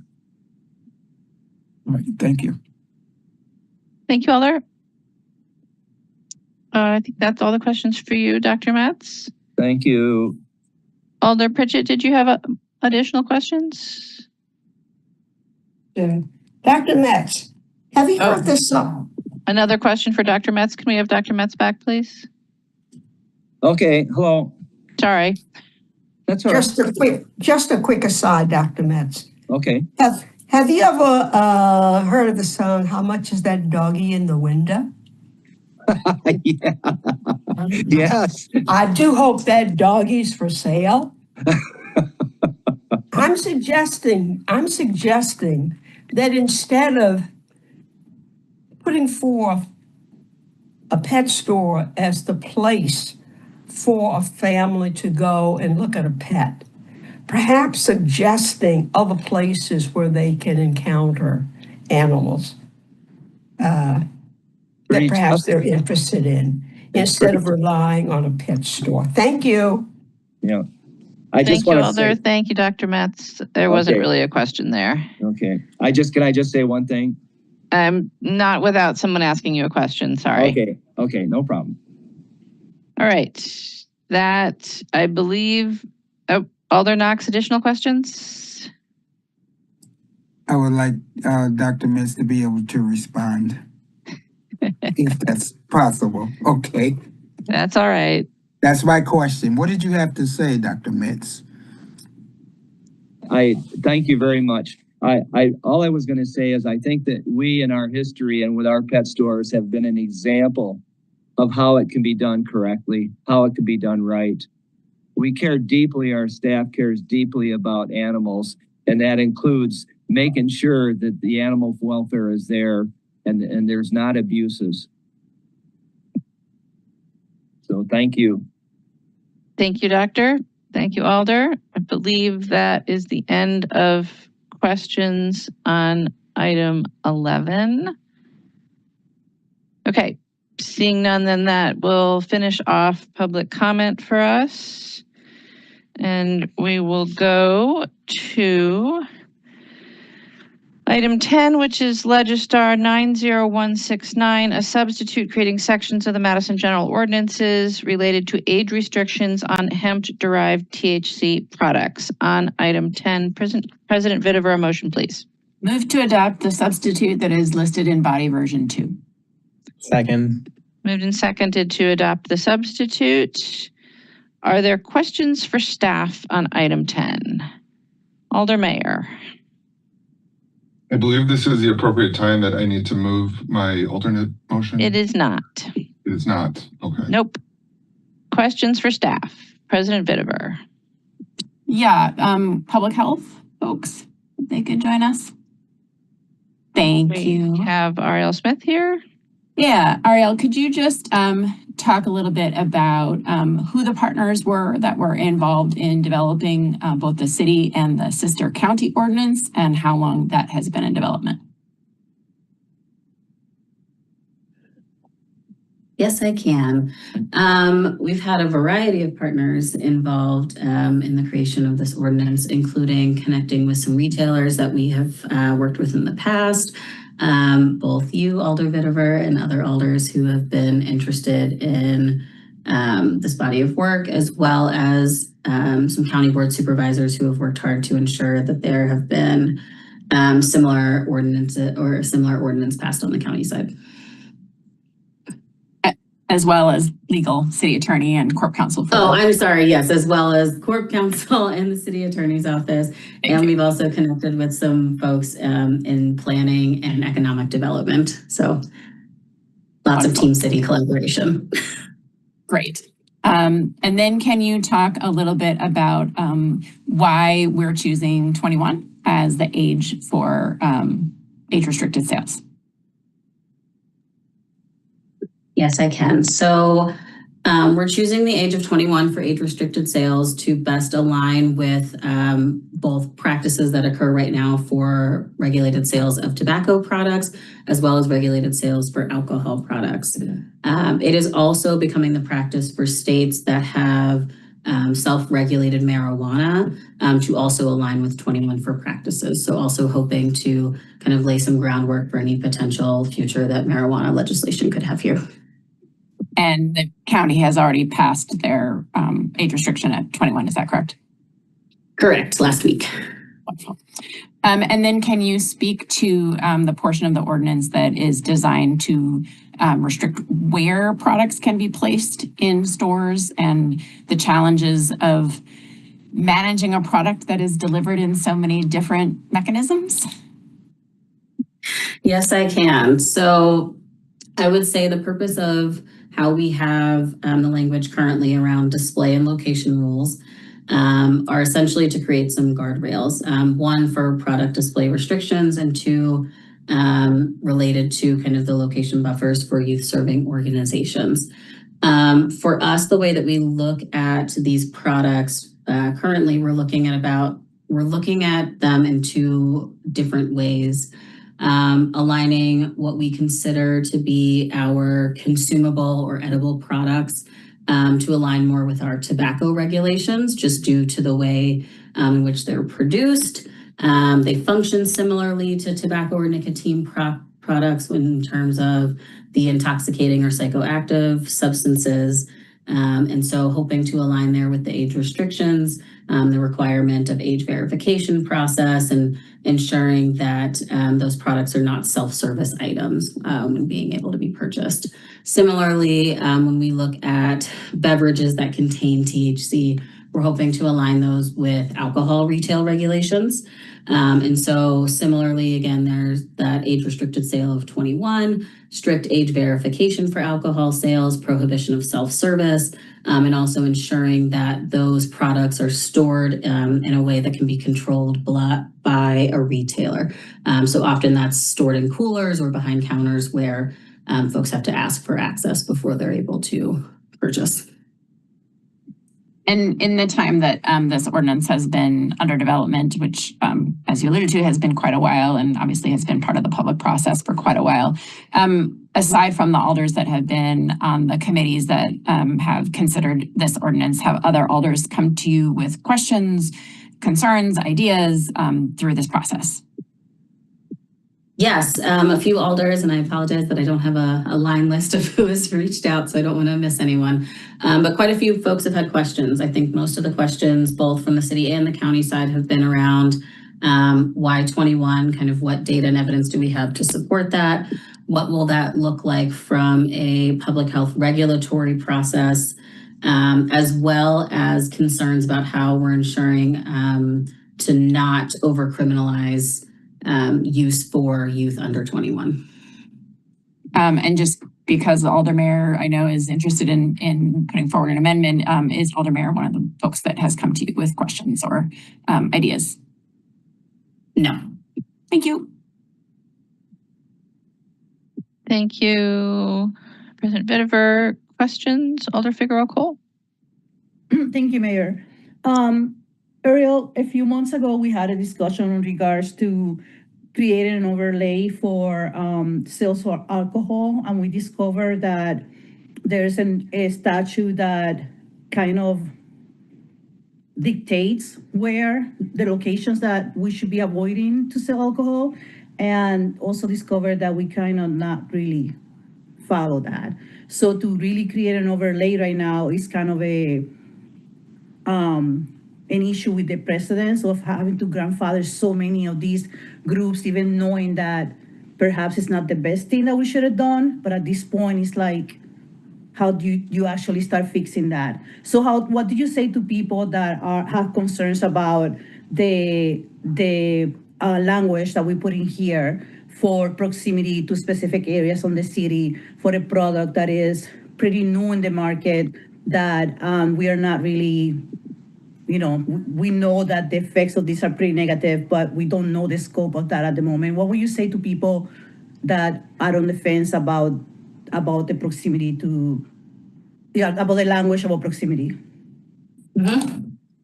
Yeah, so I've been leaning heavily into guidance that both the CDC and the Surgeon General have put out in previous years around youth protection zoning recommendations. And so those recommend a variety of strategies, including supporting buffers as a standard from protecting youth from tobacco shops, vape shops, liquor shops, and other kind of cannabis retailers is their standard. They have a variety of recommendations kind of based on how each of those retailers are maybe classified state to state. But everyone does have some kind of, or they do produce some kind of standard for what should be used. The minimum that I have seen is a 1/4 mile buffer. But again, everyone's adopted something a little bit different. But best practice would be that there is some attention kind of put to this and that there is some intentionality around creating whatever the youth protection zoning recommendation could be for state by state. I will also say for states that have legalized cannabis, they all also have retail zoning policies. I think some of the strongest ones that I've seen are in Illinois, Michigan, Minnesota, and I believe Colorado. And also for these particular products, I mean, I have been part of this discussion since December last year, so it's almost a year that we have had this discussion. And when Public Health initially approached me, they presented to me images of the labels that are used or the packaging that is being used to distribute this product. And it was extremely disturbing to me on how identical they are to just candy, like the Nurse candy or any of those colorful packaging. It's very hard to distinguish one from the other. So wouldn't you say that alone, it should be something that gives us pause about putting these access to that kind of product to proximities with their children? Yes, I mean, this is from what we're seeing in the data from a poisoning perspective, which is how it's categorized in both EMS data and emergency department admit data. A lot of the times we are seeing folks mistakenly ingest the product thinking that there's something else. And we do believe that a lot of that is because the labeling is intentionally created to look like kid or youth-friendly products, which is problematic. So we're really hoping that with creating some age-restricted sales legislation that will have opportunities to engage and educate retailers as well as the general public on what to look for these, and hope that we can create a barrier and reduce the rates of poisoning that we're seeing right now around this. Thank you. Thank you. Alder Knox, questions? Yes. I assume you're familiar with the county ordinance that's been recently passed?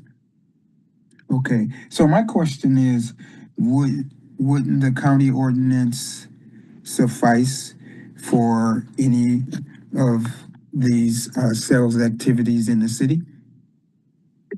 So the county jurisdiction is only for unincorporated, I'm going to call them municipalities, which will encompass towns and villages and whatnot that are unincorporated. So no, it would not automatically kind of cover the city of Madison. That was my question. Thank you. Thank you, Alder. Alder Mayor, questions? Yes, thank you. Staff member, where did she go, Smith? Oh, there you go, moving around on my screen. So when you were going through this process, and I know that this has been a long process, did you go out and visit various retailers and see how they currently display items on their sales floor? I did not, but we have a staff member through an intern process who did go to an abundance of retailers as a part of an environmental scan project to help inform policy decisions that we wanted to help support with this project. And this is one of them.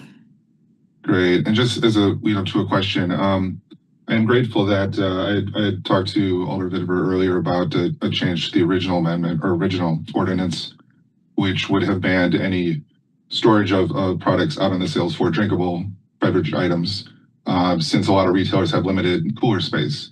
And so I'm glad to see that that has been amended. However, it still has a carve out for single-use beverages. And I'm wondering what, in your opinion, would be the difference between that and plenty of retailers that have single-use alcohol beverages on the sale floor, and why there would be a difference, why we'd have a harsher law for THC than for alcohol.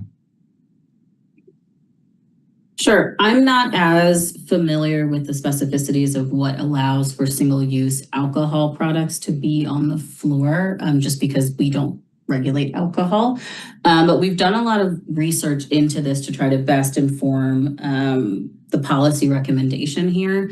And what we've learned is, and what we're trying to best align with, is the Class A, and I want to make sure I get this right, the Class A intoxicating liquor and wine specificities. And so when we are looking at that and looking at both the state language that informs that and also the Madison ordinances that guide that practice, what we see is that single-use beverages are allowed to be stored but need to be in some kind of container. And we're not finding anything that's kind of maybe specifically naming that the single-use cans for alcohol, like what that guidance is that allows for that to be on the floor. I will say from a public health standpoint, our concern with having the single-use cans just available on the product line without being in a cooler or without being behind a register is that we're aware anecdotally of common practice of kids kind of just like being able to pick that up off a shelf and stick it in a bag.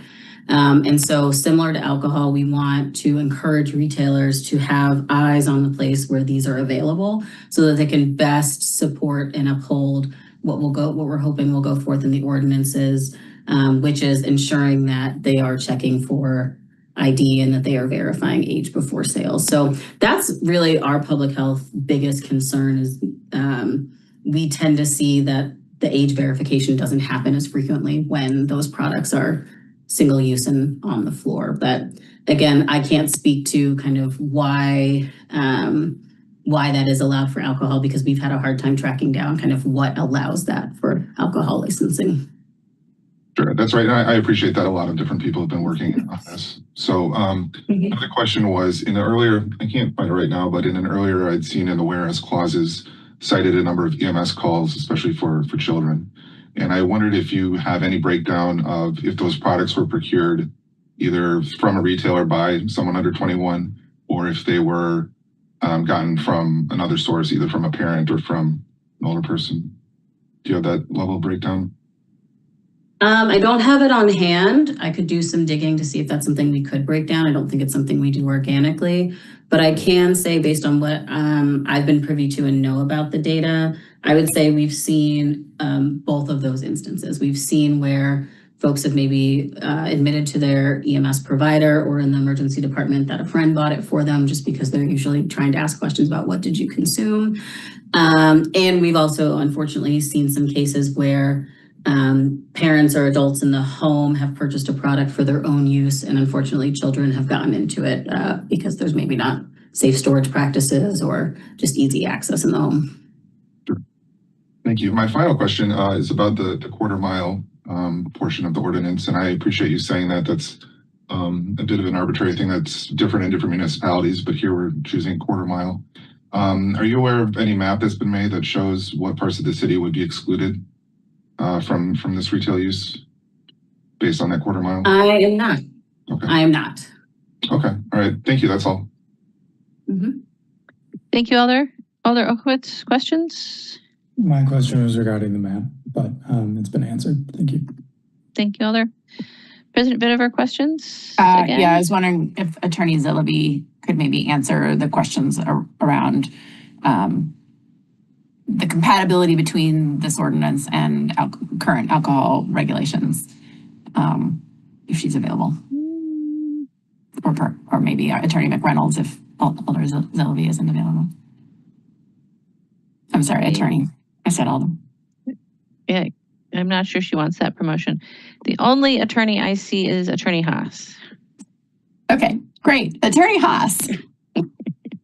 Can you speak to the attempts to ensure that these beverages were treated in a similar way to Class A alcoholic beverages, particularly as we think about how those beverages are treated in convenience stores?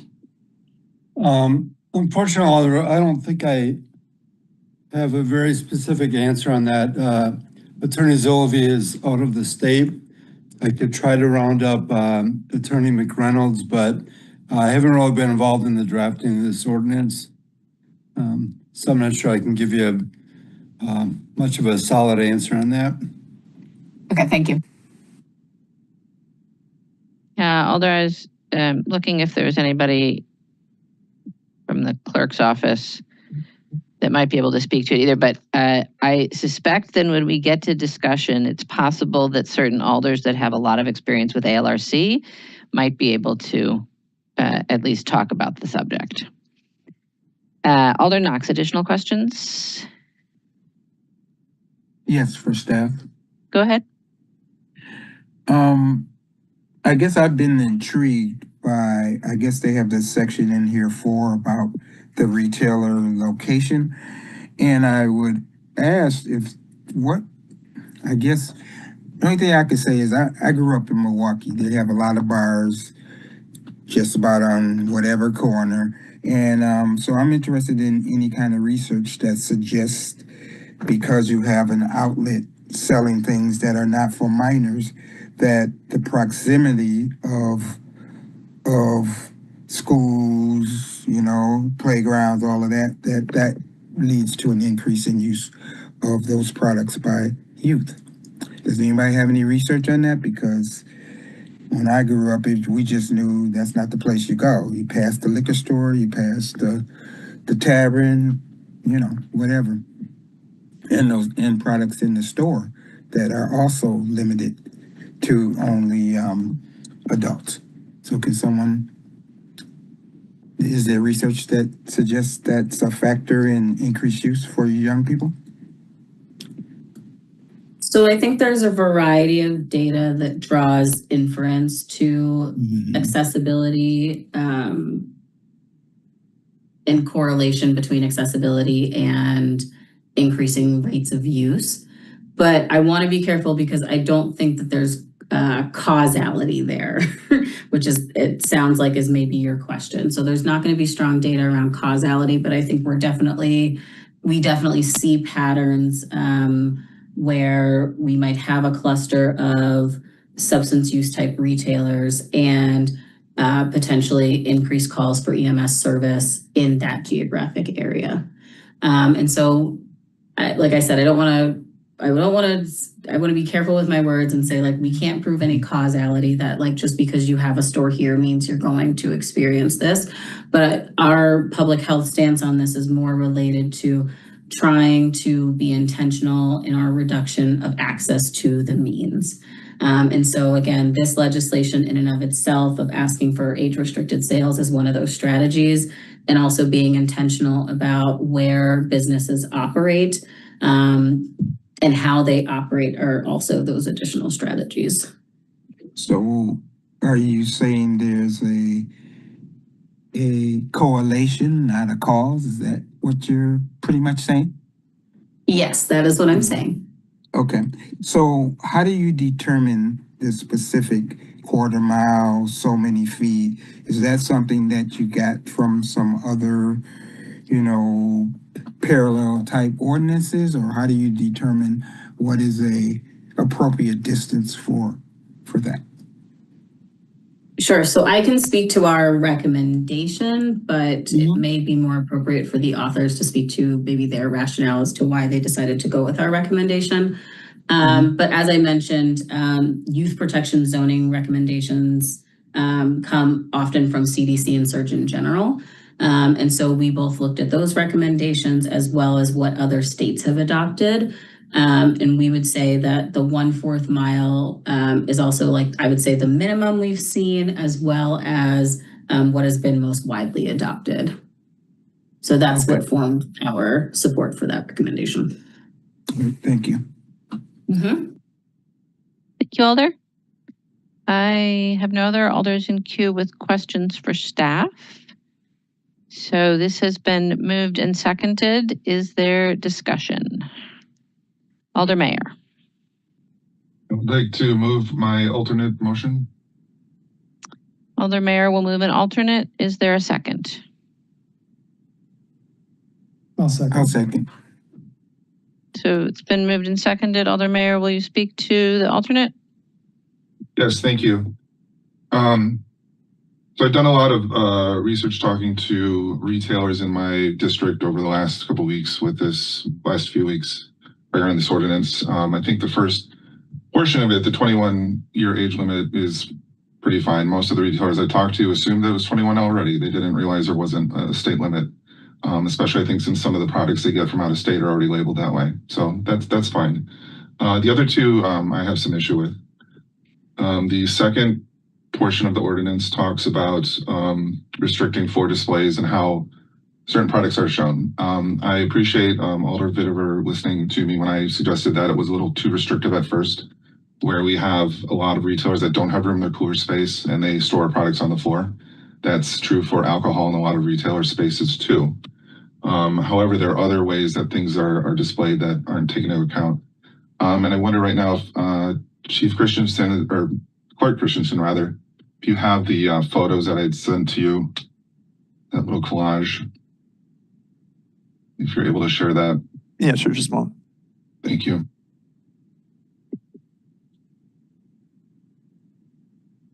And while I was doing that, we know that, I mean, there's a lot of different ways that retailers are showing things. And so it's something that, you know, a single policy sometimes is difficult to consider all these different varieties of ways that things happen out in the field.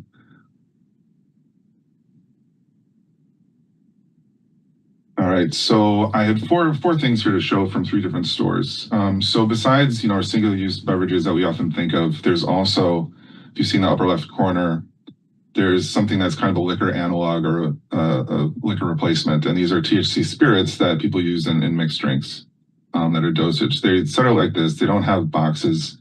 Under this proposed ordinance, these would not be allowed. We see these again below that at Jennifer Street Market. This is in a grocery store. This grocery store has a lot of beer outside of its beer cave. It's cooler.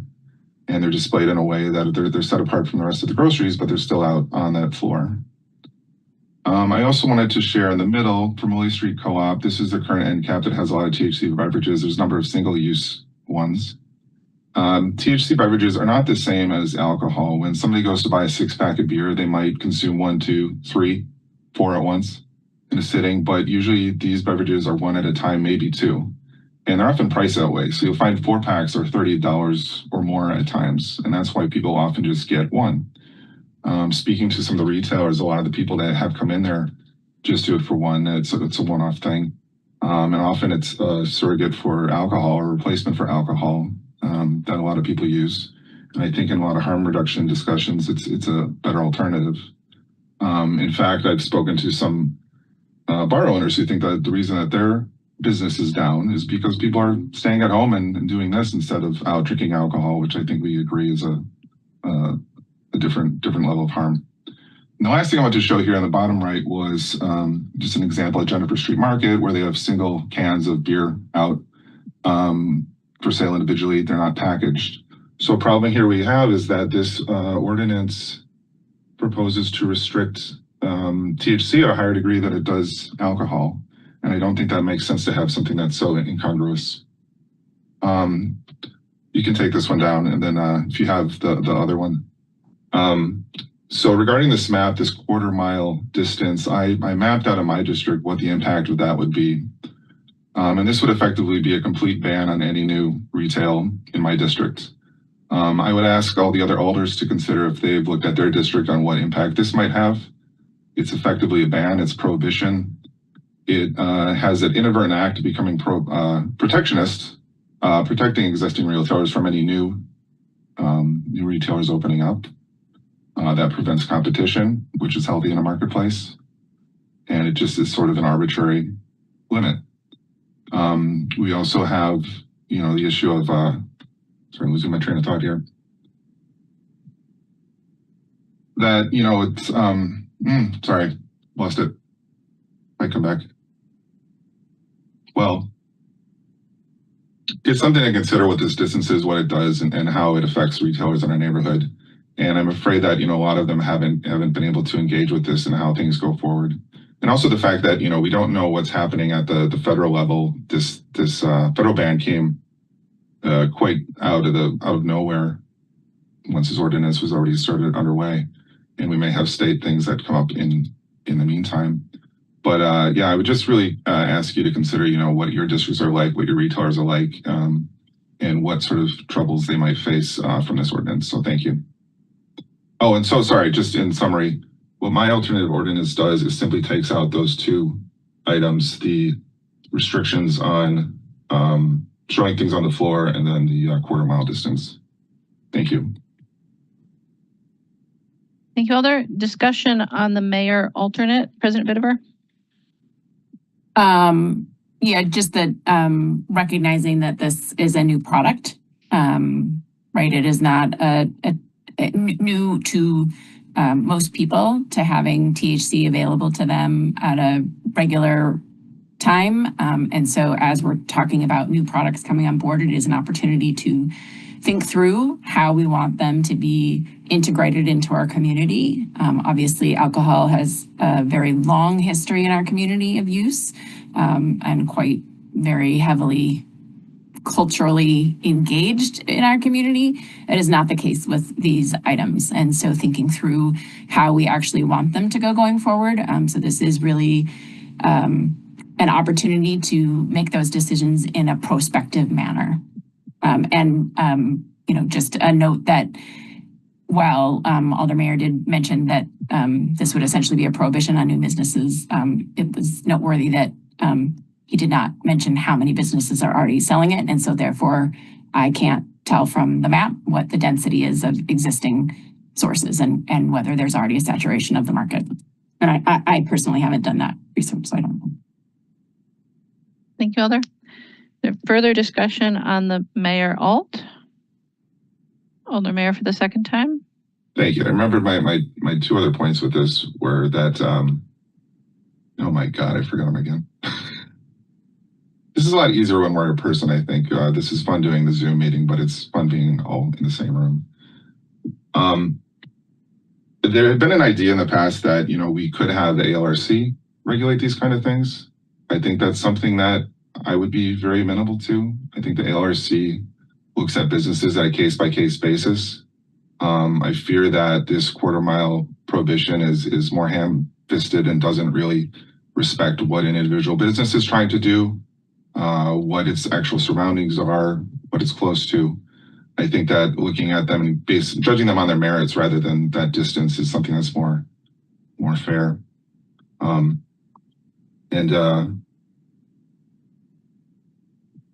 Yeah, that's all. Thank you.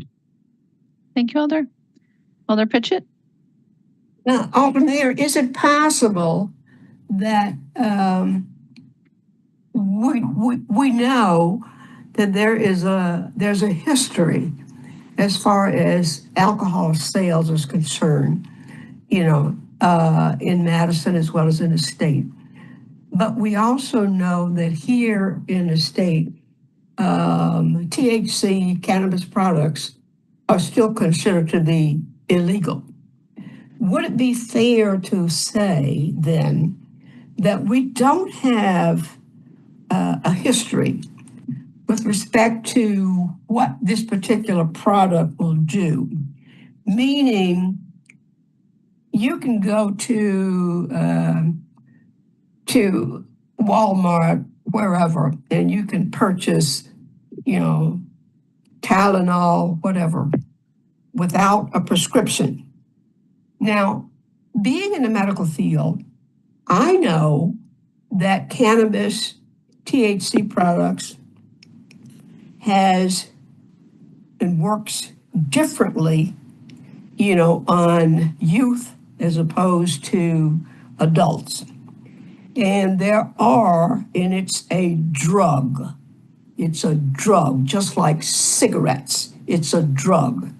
And many drugs have what you need is prescriptive authority. So we also know that alcohol, has been legalized and you can sell it. But has THC and other cannabis products gone through the same mechanism in terms of determining what sales can and cannot be made in communities where it can be or where it cannot be? That's the question. That's what I'm at. Right now, I'm really looking at, do we know, or does this product have a history?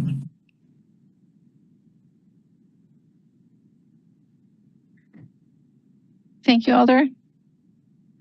Alder Mayor can choose to respond if he wishes. Alder Figueroa Cole, discussion? Thank you, Mayor. I mean, I'm willing to add to the language that creates some sort of grandfathering of the existing businesses that we have downtown. We all know that it's already saturated with these businesses because we have been hearing about it for a while, so this is not news. But I was pretty shocked to learn that we have a statute in place that manages proximity for the liquor license. And our ARC, for as long as it exists, has not really enforced that. So it is hard for me to put this back on the ARC when we already have rules in place that support it. And again, this is a new product, a new page on the chapter, and we should do it right to begin with. But I wouldn't mind putting an amendment to the amendment where we grandfather the existing ones, the existing locations. But I really struggle to just leave that open and not learn from our mistakes and from our history and continue to enforce the same cycle. So I don't know if it's a time for me to put an amendment, but that's what I'm gonna wait for an amendment right here because I hear other hands out there for discussion, but that's what I'm leaning at the moment. Thank you, Alder. Alder Mayor, discussion for the third time. Did not realize that Alder Pritchett was asking a question that I could answer, but to answer you, the products that are currently on sale are not illegal federally because of the federal farm bill left over a loophole on things that are not containing Delta-9 over a certain percentage. So they're all legal until November 5th of next year, when the current the funding bill that Congress recently passed included a ban that would be 1 year from when it was signed. So then they will be illegal unless the state acts. So these things are currently legal. Thank you, Alder. Alder Evers, discussion? Yeah, I want to respond to what Alder Figueroa Cole suggested, that some kind of exemption and grandfathering of existing businesses seems to be in order. These people have operated honestly within the law. I think the case can be made that these products are less deleterious than alcohol itself. So I hate for us to become more restrictive than we are for businesses that serve alcohol. And I think the businesses that are currently in place who are operating in good faith should have a right to continue to do so. So Alder Figueroa Cole, if you put that forth, I think it's worth considering. Thank you. Thank you, Alder. Alder Tischler, discussion? Yeah, no, I just find it interesting that in this particular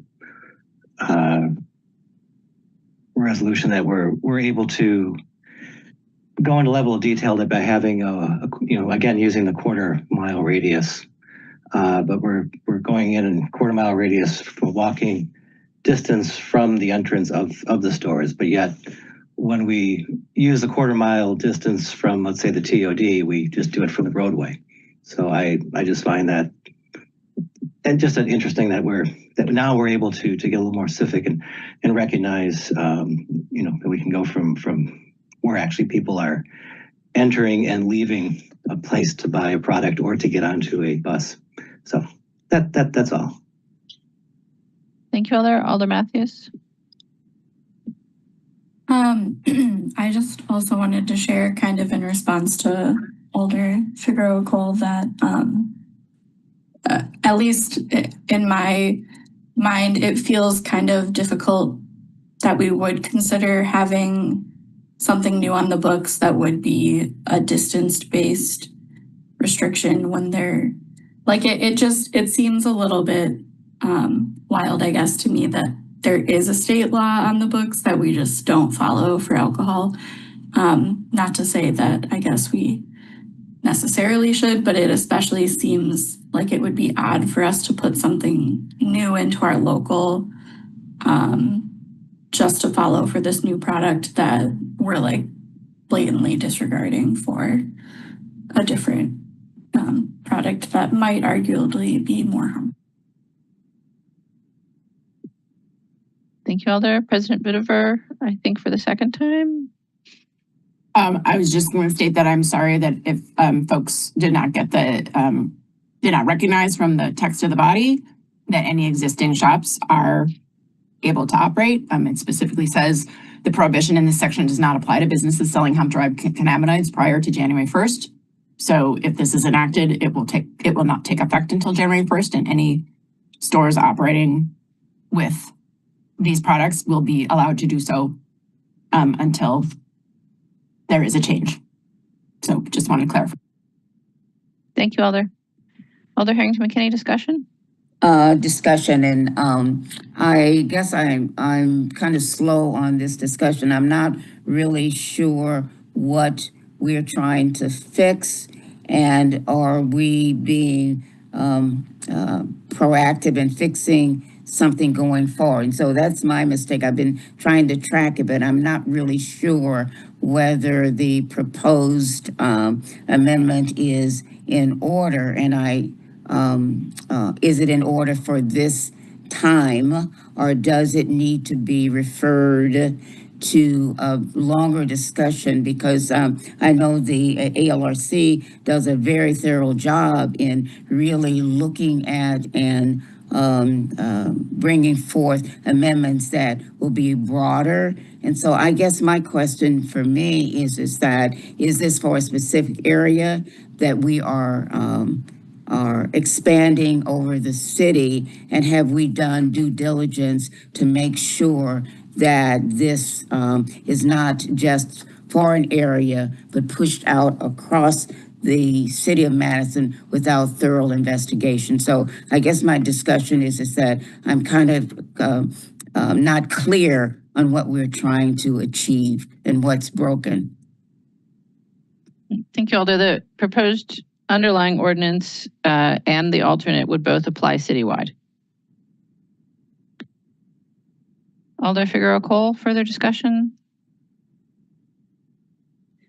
Thank you, Alder Vitiver, for clarifying the grandfathering of the existing language. So I totally missed that. So yeah, definitely, I would not be supporting an amendment, the amendment at this time for this. This is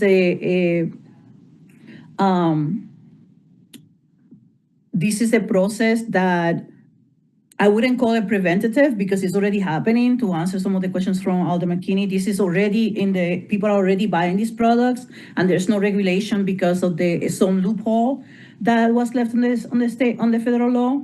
However, those laws are currently also being examined, and they're currently being changed. But nothing moves fast enough in the government, in government business. So putting this in place will go into effect. Will give us time to figure out what this federal government is going to end up doing and what the state is going to end up doing. And whichever decision they make, at least we will have something in our books that is ready to act on at that time. But this is not, I wouldn't call this a preventative thing. I would call this let's take some action, because we already having cases of kids going into our emergency rooms, having panic attacks and thinking they're having a heart attack. We already have situations where people are getting, especially kids, because I get it. I get that we are some people are concerned about adults using these products. But when this came to me initially in December, it was truly centered on young children picking these things like they're candy and getting poisoned. Because if you haven't seen these labels, you got to take a look at them. You cannot know, as an adult, you don't know the difference between a candy bar or a candy bag or these products. So what we're trying to accomplish is to regulate these many places that are already selling the product, and many of them who are already self-regulating themselves, because some of them are regulating themselves with making sure that the product is sold in a safe way, but not all of them are doing that.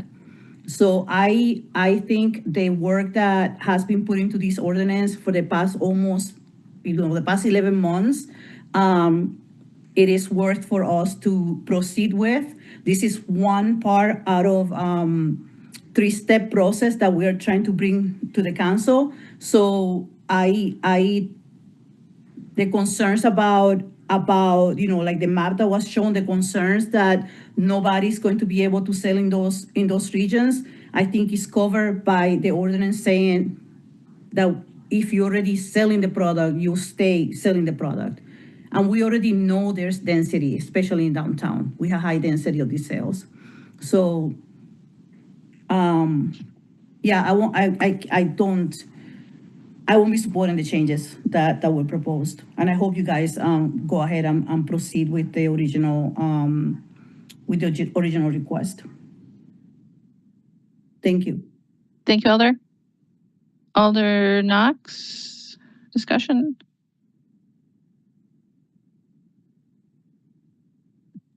Sorry about that. Yeah, I'm going to be supporting the Alder Meyer's proposal, because I really do think there are particulars in terms of these products and how they're packaged and stored. But more importantly, I think with the location reference, the impact that it may have on certain districts and the future ability of businesses to legally sell these products, I'm going to support his amendment. Thank you, Alder. Alder Okovitz, discussion? Yes, thank you, Mayor.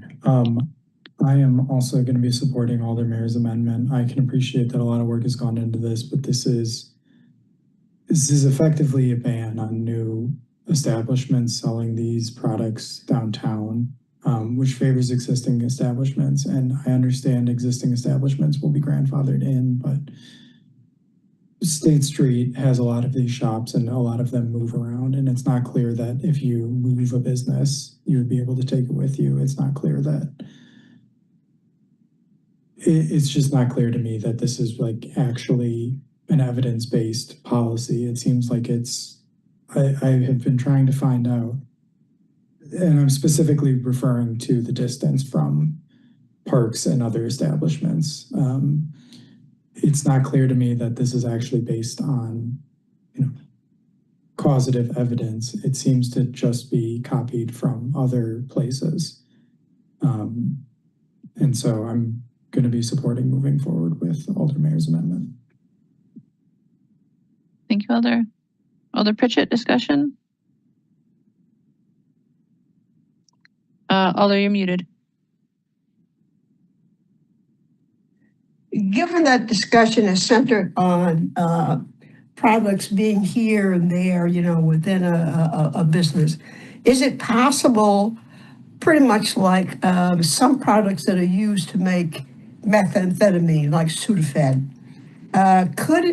is it possible to restrict or to have any product that contains Delta-9 or whatever, 8, cannabis products, have those behind in restricted locations? Is that a possibility? Alder, we're in discussion now, so if any of your colleagues wish to respond, they're free to do so.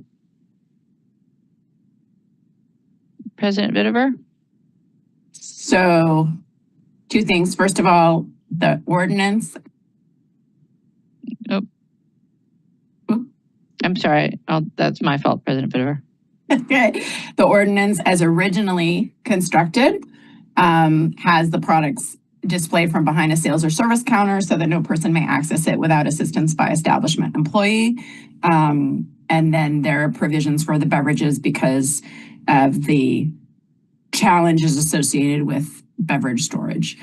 These are a challenging product in that they are both tobacco-like and alcohol-like. So it's very difficult to construct an ordinance that covers both of those usage types in a space when we haven't yet set up a licensing regulation. That is the next phase that is intended in this. So is it perfect? No. But is it the best that public health and the attorney's office could suggest? That is what we came to.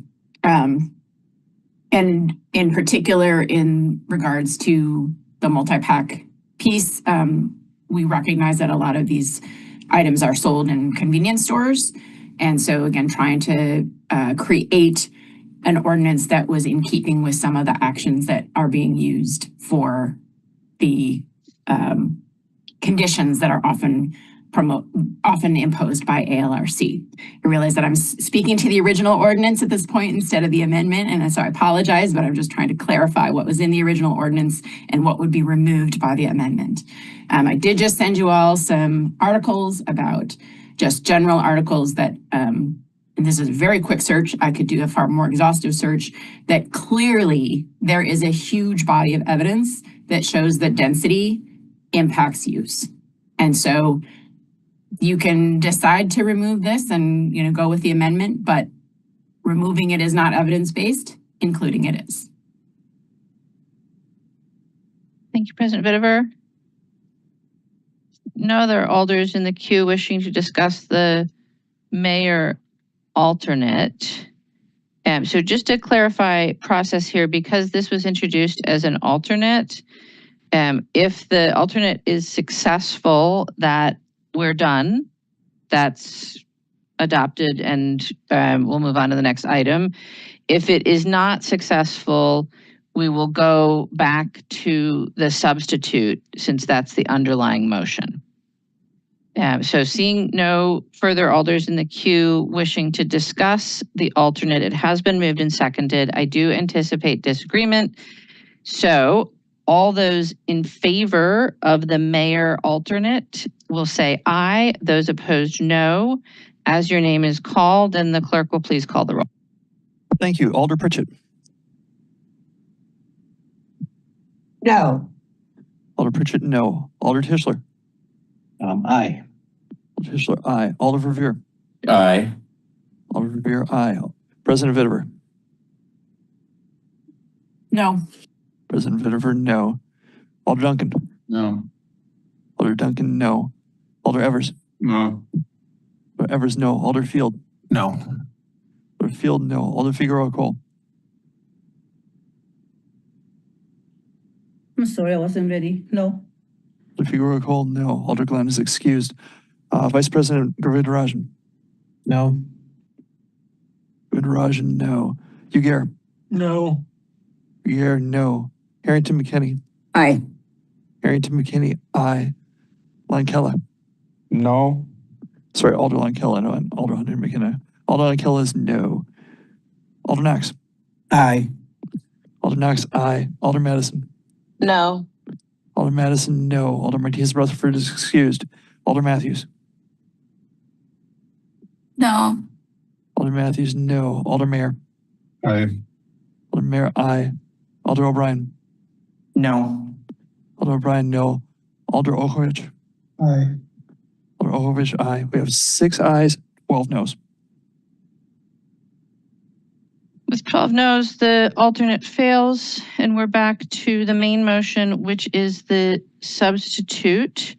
Is there further discussion on the substitute? President Bittever. Just to encourage my colleagues to vote for this. The county has already passed it, and so us passing it would bring us in line with the county and create age restrictions for the sales of these products, which is the #1 goal. And so really hope that we can get this going so that we can be in congruence with the county and help the other municipalities move forward in passing these age restrictions as well, so that we can come into line with our colleagues in Milwaukee, and of course, all of our colleagues around the country who have legalized cannabis and have a 21 and up sales restriction for that. Also, just point out that the benefit of this ordinance being in place is that when cannabis is legalized, it will set us up to be able to move forward directly with appropriate oversight over that as well. So it really does prevent us from having to take this kind of time in the future. Thank you, Alder. Alder Mayor? To be clear, what the county passed was a restriction on age only. They did not include the other two components here, how it's displayed in this quarter-mile ban. It's only the age. That's what the county did. So if we want to be in line with the county, that's what we could pass. And I also want to ask you that if we have this ban on new facilities, why are we okay with all the ones that are existing already? If it's so dangerous to add any more, why wouldn't we look to remove those that are already there? So I really strongly look that we should go in a way to license these places, have the ALRC or another body organize them so that we're judging them on their own merit and not some simple, easy way out to just pick a distance, arbitrary distance from parks. Thank you. Thank you, Alder. No other alders in queue wishing to speak. What's before us is the substitute. Not entirely sure. Is there objection to recording a unanimous vote in favor? Yes. All right, so then all in favor of the substitute, aye. Those opposed, no. As your name is called, and the clerk will please call the roll. Thank you. Alder Pritchett. No. Alder Pritchett, no. Alder Tischler. Aye. Alder Tischler, aye. Alder Verveer. No. Alder Verveer, no. Alder Vivere. Aye. Sorry, President Vivere, aye. Alder Duncan. Aye. Alder Duncan, aye. Alder Evers. Aye. Alder Evers, aye. Alder Field. Aye. Alder Field, aye. Alder Figueroa Cole. Aye. Alder Figueroa Cole, aye. Alder Glenn is excused. Vice President Govindarajan. Aye. Vice President Govindarajan, aye. Alder Ugair. Aye. Alder Ugair, aye. Alder Harrington McKinney. No. Alder Harrington McKinney, no. Alder Lankella. Aye. Alder Lankella, aye. Alder Knox. No. Alder Knox, no. Alder Madison. Aye. Alder Madison, aye. Alder Martinez Rutherford is excused. Alder Matthews. Aye. Alder Matthews, aye. Alder Mayor. No. Alder Mayor, no. Alder O'Brien. Aye. Alder O'Brien, aye. Alder Ohovich. Aye. Alder Ohovich, aye. We have 13 ayes and 2 noes. 13 ayes, the substitute will pass, and we will move on. I'm sorry, Madam Mayor. I apologize on that. That it's 13 ayes, 5 noes. Apologies to all. 13 ayes, 5 noes. Thank you. Thank you.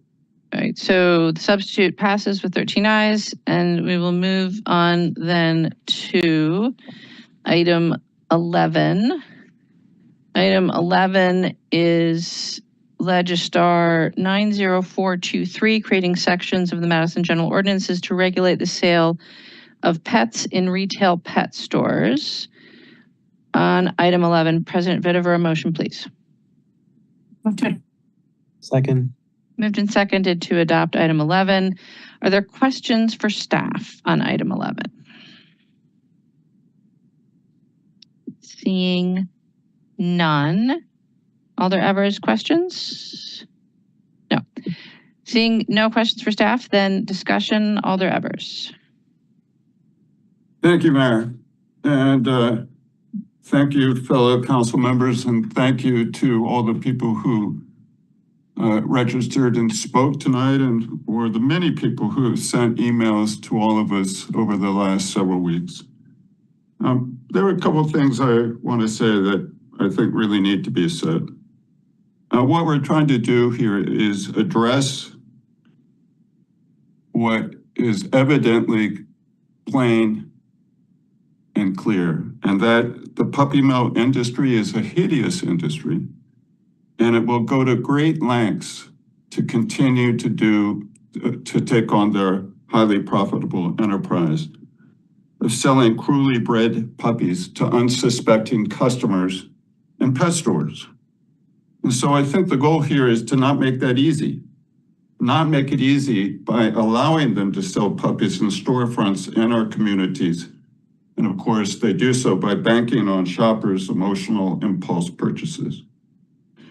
And yes, it's true that there are currently none of those kinds of stores here in Madison, but we heard the story of Waukesha, and where this was passed to prevent Petland, a national chain of pet stores, from opening one of their large pet stores selling puppies and kittens. And it's curious to me that one of those who testified, veterinarian Jim Metz, was not able to agree on a definition of a puppy mill, essentially saying that it was unclear. And to me, that amounts to a deflection of the issue.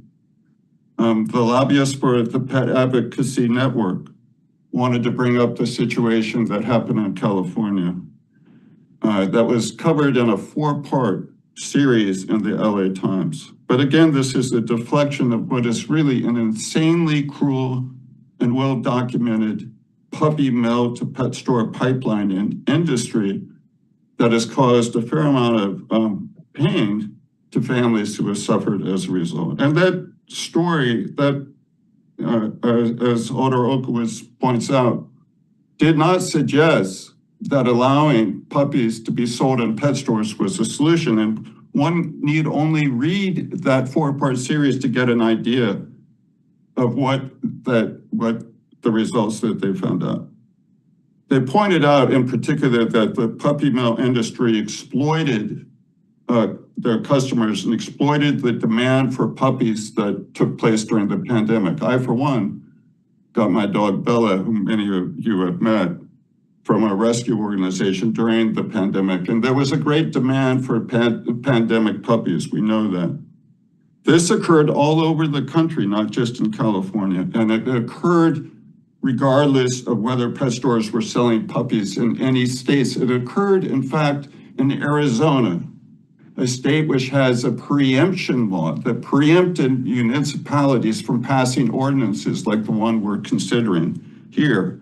That means that cities that were forced to allow pet stores sell puppies also had the problem of these sham operations of puppies that originated largely out of Midwest-based puppy mills who were shipping them across state lines into states like Arizona and California, against states that had opposite laws, one that had a preemptive law that required municipalities to allow puppies to be sold in pet stores, and one that did not.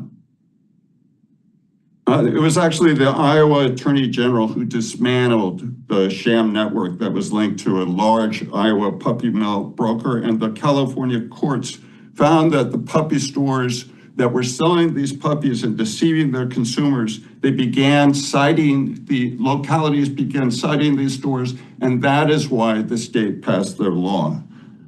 And then the problem that has persisted in California being the most populous state of the nation, the puppy mill industry, as one might guess, did not give up on the prospect of selling their puppies and trying to skirt the law that was passed, even telling that their customers that puppy mill puppies in their stores were rescues when they actually were not. So these large operations are not, it's clear what they are. When Alder Pritchard tried to ask Jim Metz if he would be a leader in cracking down on puppy mills, he deflected and resisted it.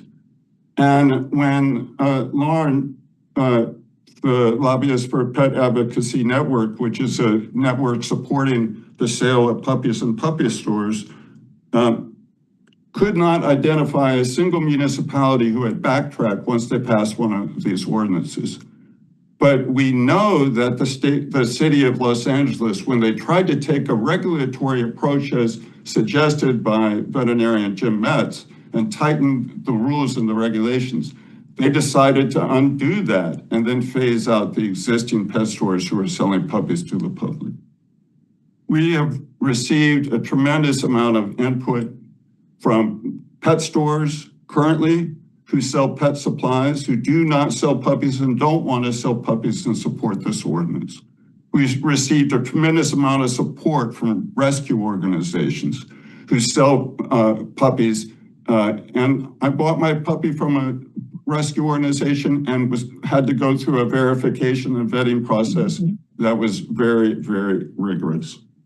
There are options. The suggestion that if we pass this ordinance that Madisonians would be forced to deal with scrupulous sellers selling puppies out of the trunks of their car is ludicrous, simply not true. What we're trying to do is prevent a Petland type store from doing business in Madison, because that is not the type of store that our constituents or our residents want to see happen here. So I encourage you, dear colleagues, to listen to your conscience and to do what we can to disrupt the puppy mill pet store pipeline and not allow these kinds of pet stores to take place within our, to get rooted and flourish in our city limits. Thank you. Thank you, Alder.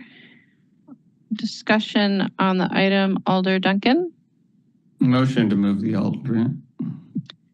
Alder Duncan will move an alternate. Is there a second? Second.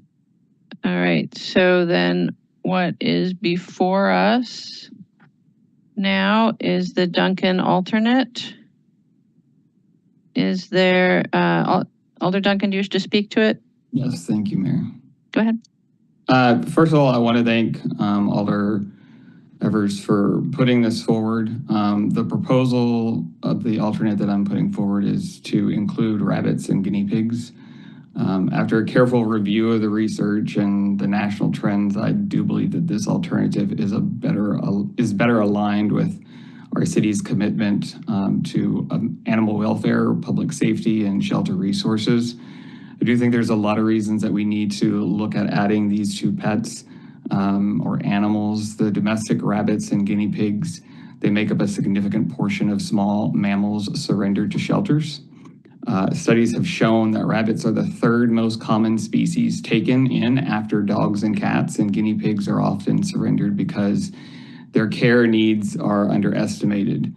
Retail pet stores sourcing rabbits and guinea pigs, they get them from large-scale commercial breeding facilities called pocket pet mills, and they've been documented to maintain unsanitary conditions, overbreeding, and also providing minimal veterinarian care.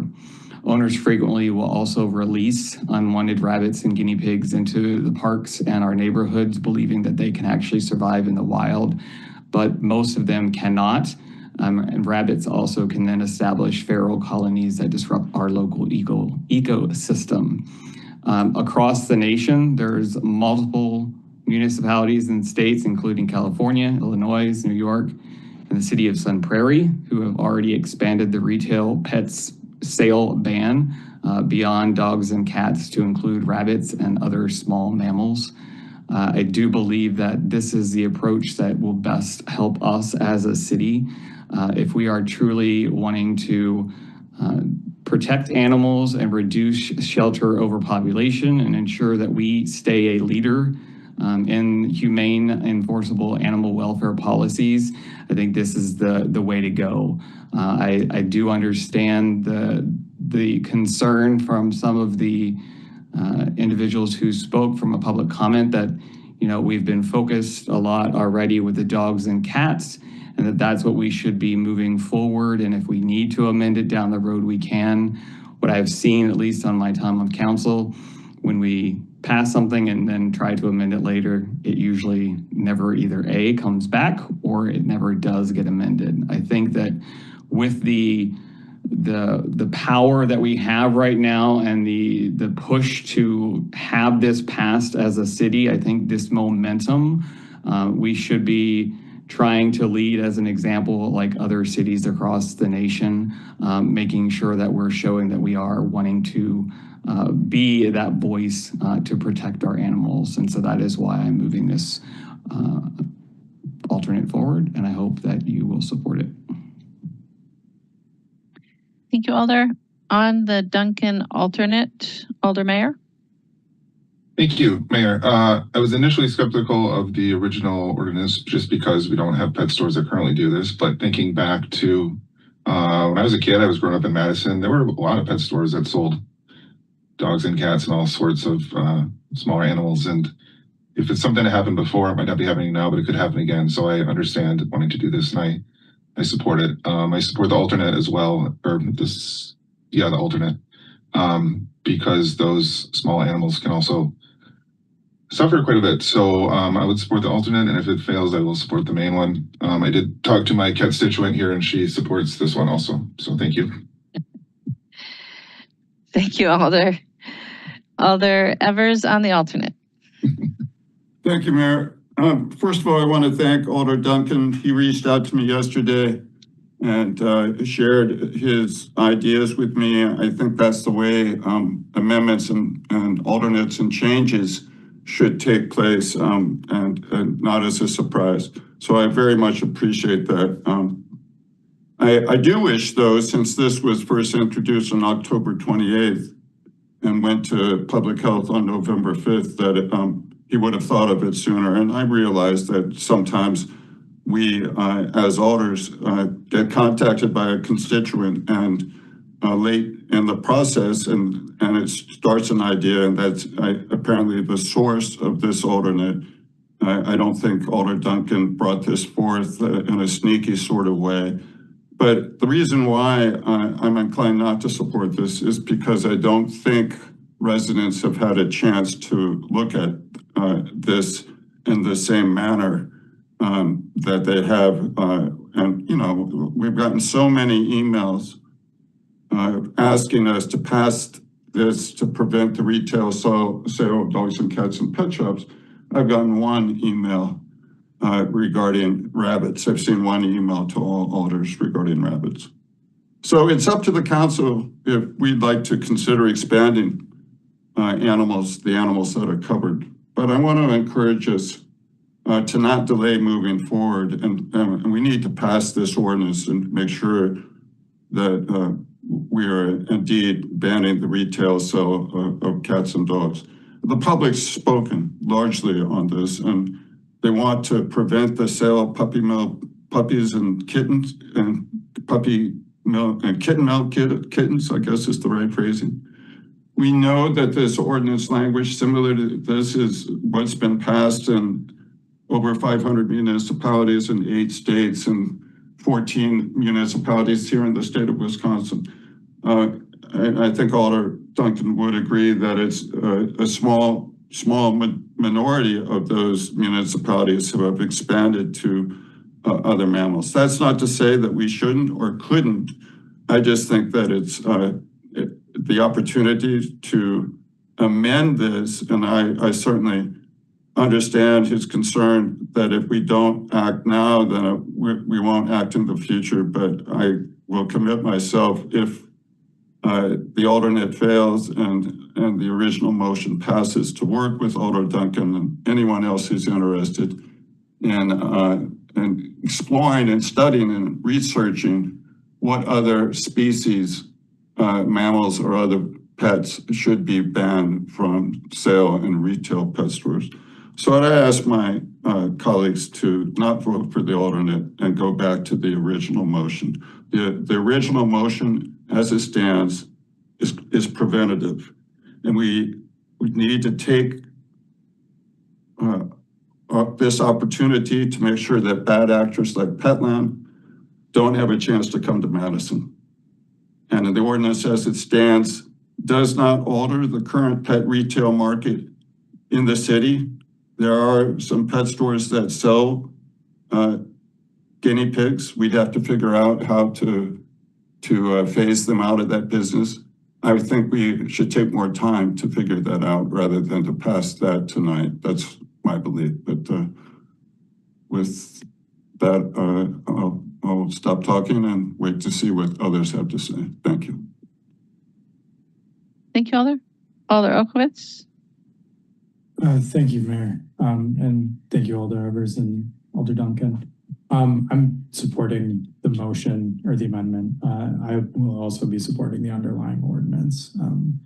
I understand Alder Evers' concerns about people not having enough time to react to this sort of thing, but also I think most of the concerns that we heard about from people were regarding animal welfare and how these animals are being treated generally. And I don't see a lot of their concerns being much different for guinea pigs or gerbils versus dogs or cats. It's just that dogs or cats are more common pets. So I don't know that we need to have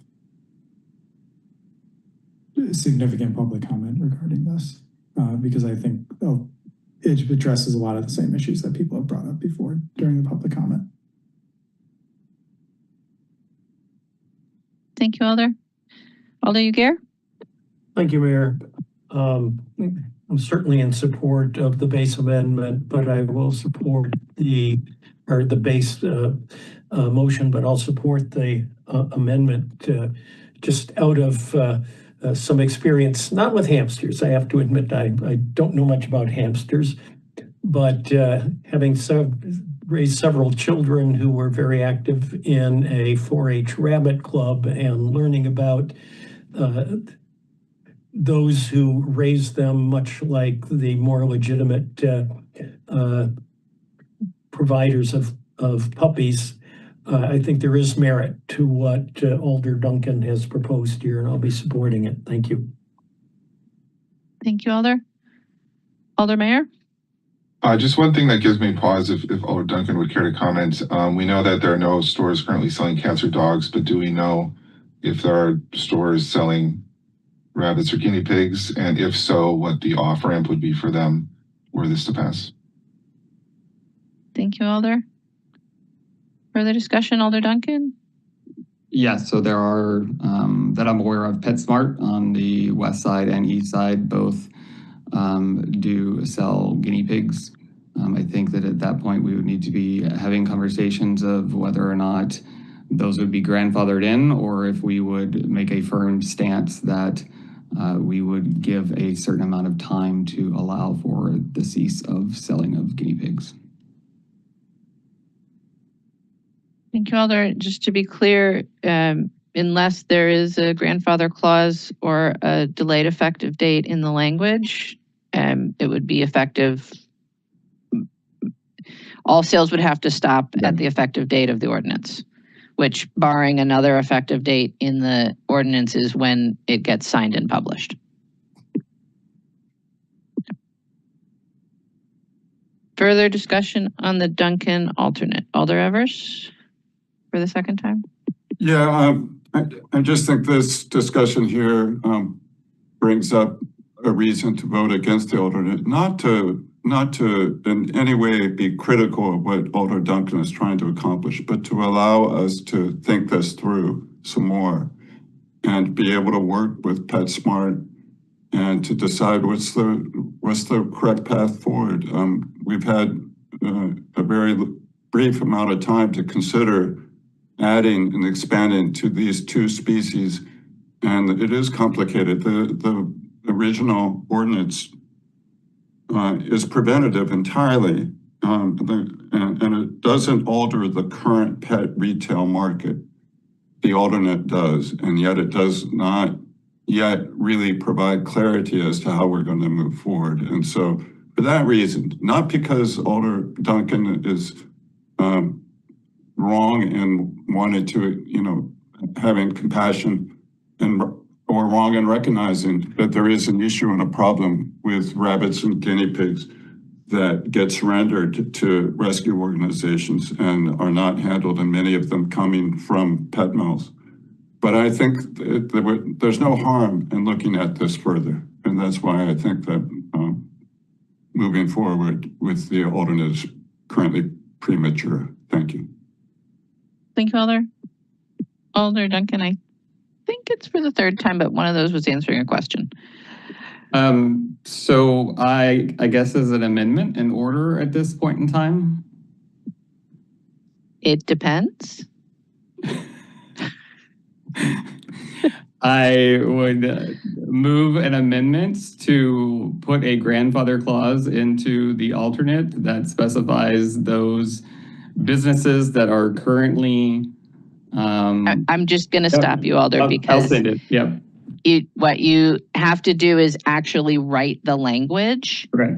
And I'll remind us all that generally when we're amending our ordinances, that language needs to be reviewed by an attorney. So if you want to make an amendment to an ordinance, you do have to situate it in the existing ordinance language and provide the specific language so that your colleagues can see it. And it is best practice to have that reviewed by an attorney. Okay. Thank you, Alder. Alder Tischler. Yes, I want to throw. I just agree with Alder Evers. This is, a little more time. Give residents the opportunity to weigh in. Who knows? There might be another pet that somebody might see to include. I had a hamster as a child, so I don't know. Maybe that might be something else. So that's all. Thank you, Alder. Alder Matthews. I was surprised to see how much there is in the way of rescues for rabbits and guinea pigs. I do think adding a grandfathered clause right now, while that is obviously the simplest way to vote yes on this right now tonight, if it turns out with research that the way that these animals are sold in pet stores is inhumane in a way that is equivalent to dogs and cats, I think it does it a disservice to grandfather in the existing pet stores right now. So I do think that it would maybe be better to have more information and have the effective date and the wind down. Thank you, Alder Pritchett. Yes, I think too. Gotta call you back. I think too, there are other animals beyond the guinea pigs and the hamsters and the hedgehogs, etc. And I'm thinking about those exotic birds. I have seen birds in pet stores, whose feathers have been just plucked away. And so I think, in fairness to Alder Duncan, that we should also begin to think about other animals that perhaps will suffer, animals that are smuggled into this country, especially from South America. Those are those exotic toucans, etc. Those birds, I think, should be added to the list of guinea pigs, hamsters, hedgehogs, etc. And then begin to think about adding that entire group of pets, to the amendment. For now, I think protecting those puppy mill puppies and kittens is first and foremost. But for the other exotics, I think an amendment would be good, especially looking down the road and once it has been reviewed by an attorney. Thank you. Thank you, Alder. Alder Lankella. Yeah, so I agree with Alder Pritchett on that one. There's a lot more species that we have to consider too. Working with the DNR, Wildlife Rehab Center, we work with a lot of species in there, just not one or two. Or when I initially saw this one, cats and dogs only, I was questioning initially why only those two, and now I understand after talking to several alders and the staff, and I did talk to several veterinarians at the university as well, trying to understand the issue there. And puppy mills is the biggest issue we definitely have to consider right away. But when we start adding other amendments, that's where I was like, why only those additional two? Why can't we actually think about all of the others, to geckos, to bats, and we get so many at DNR. We get so many wildlife rehab requests that come in, and I sit right next to them. I hear them a lot. So, and still, again, I definitely support the original one, and I don't know. We need more time to add other species, or just definitely I would think about that. Thank you. Thank you, Alder. Vice President Govindarajan? I realize no one has their hand up, but on the Duncan alternate, I call the question. Thank you, Alder. Seeing no one else in queue and the question having been called, what's before us is the Duncan alternate. I'll remind you again that if the alternate is successful, we're done. If it's not, we'll go back to the main motion. Anticipating disagreement, all those in favor of the Duncan alternate will say aye. Those opposed, no. As your name is called, and the clerk will please call the roll.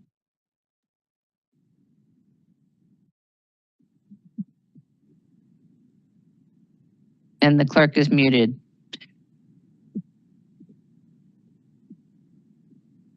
Apologies. Alder Pritchett. No. Alder Pritchett, no. Alder Tischler. No. Alder Tischler, no. Alder Revere. Aye. Alder Revere, aye. Alder Vitterer. Aye. President Vitterer, aye. Alder Duncan. Aye. Alder Duncan, aye. Alder Evers. No. Alder Evers, no. Alder Field. No. Alder Field, no. Alder Figueroa Cole. Aye. Alder Figueroa Cole, aye. Alder Glenn is excused. Alder Govindarajan. Aye. Alder Govindarajan, aye. Alder Ugair. Aye. Alder Ugair, aye. Alder Harrington McKinney. No. Alder Harrington McKinney, no. Alder Lankella. No. Alder Lankella, no. Alder Knox.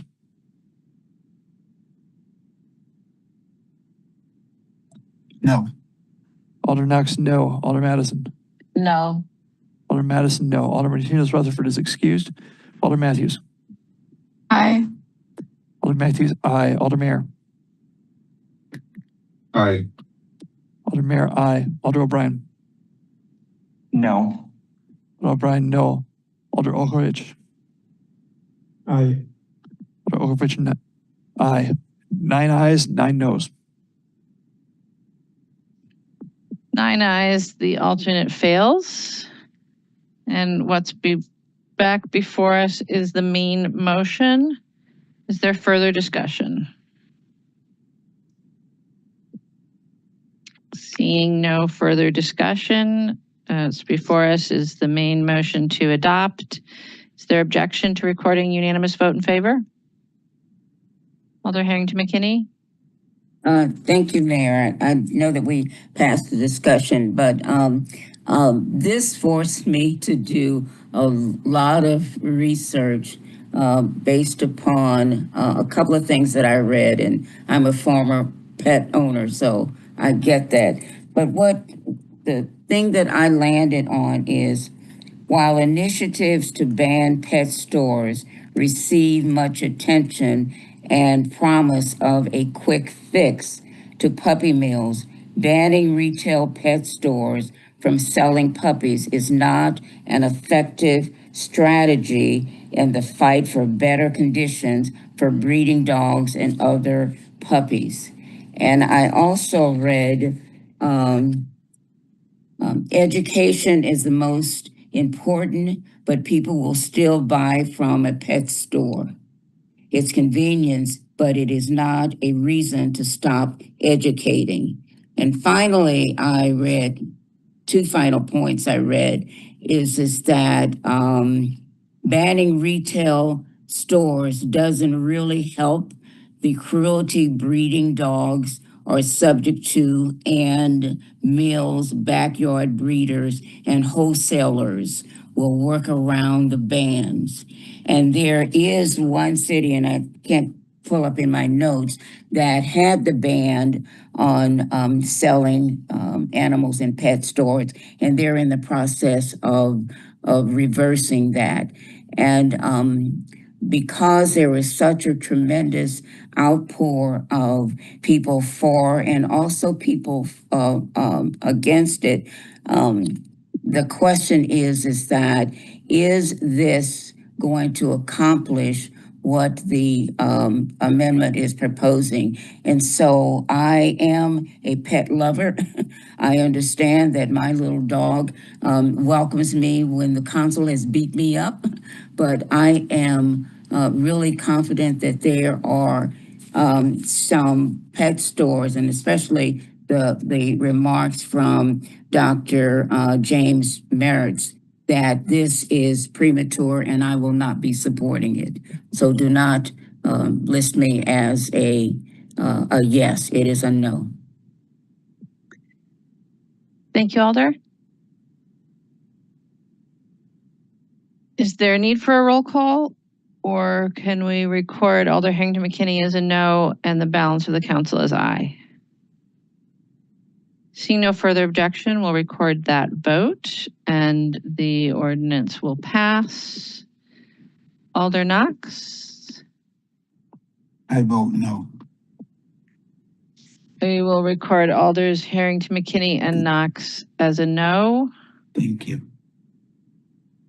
Seeing no further objection, we really are done now. And Alders, I would just request that when I ask for the initial, is there any objection, to please raise your hands expeditiously. Madam Mayor, it does take us time to turn our audio back on. We are not live. Yes, but please do raise your hand at least so that I know that we can't move on. Thank you, Alder. There's 2 buttons. I have confidence in your ability to press buttons, Alder. All right, that will bring us to the end of our agenda. Are there any further introductions of items from the floor or any announcements? Alder Harrington McKinney. Madam Mayor, I have a question. There is a amendment from the floor. Is it appropriate, or have I passed the time to make a recommendation for referral for that? On the item that was introduced as part of the consent agenda? It was introduced, yes, I guess it was introduced from the floor. Did I pass up the opportunity to add? You did indeed, Alder. That we disposed of that as part of the consent agenda. Okay, thank you. Thank you, Alder.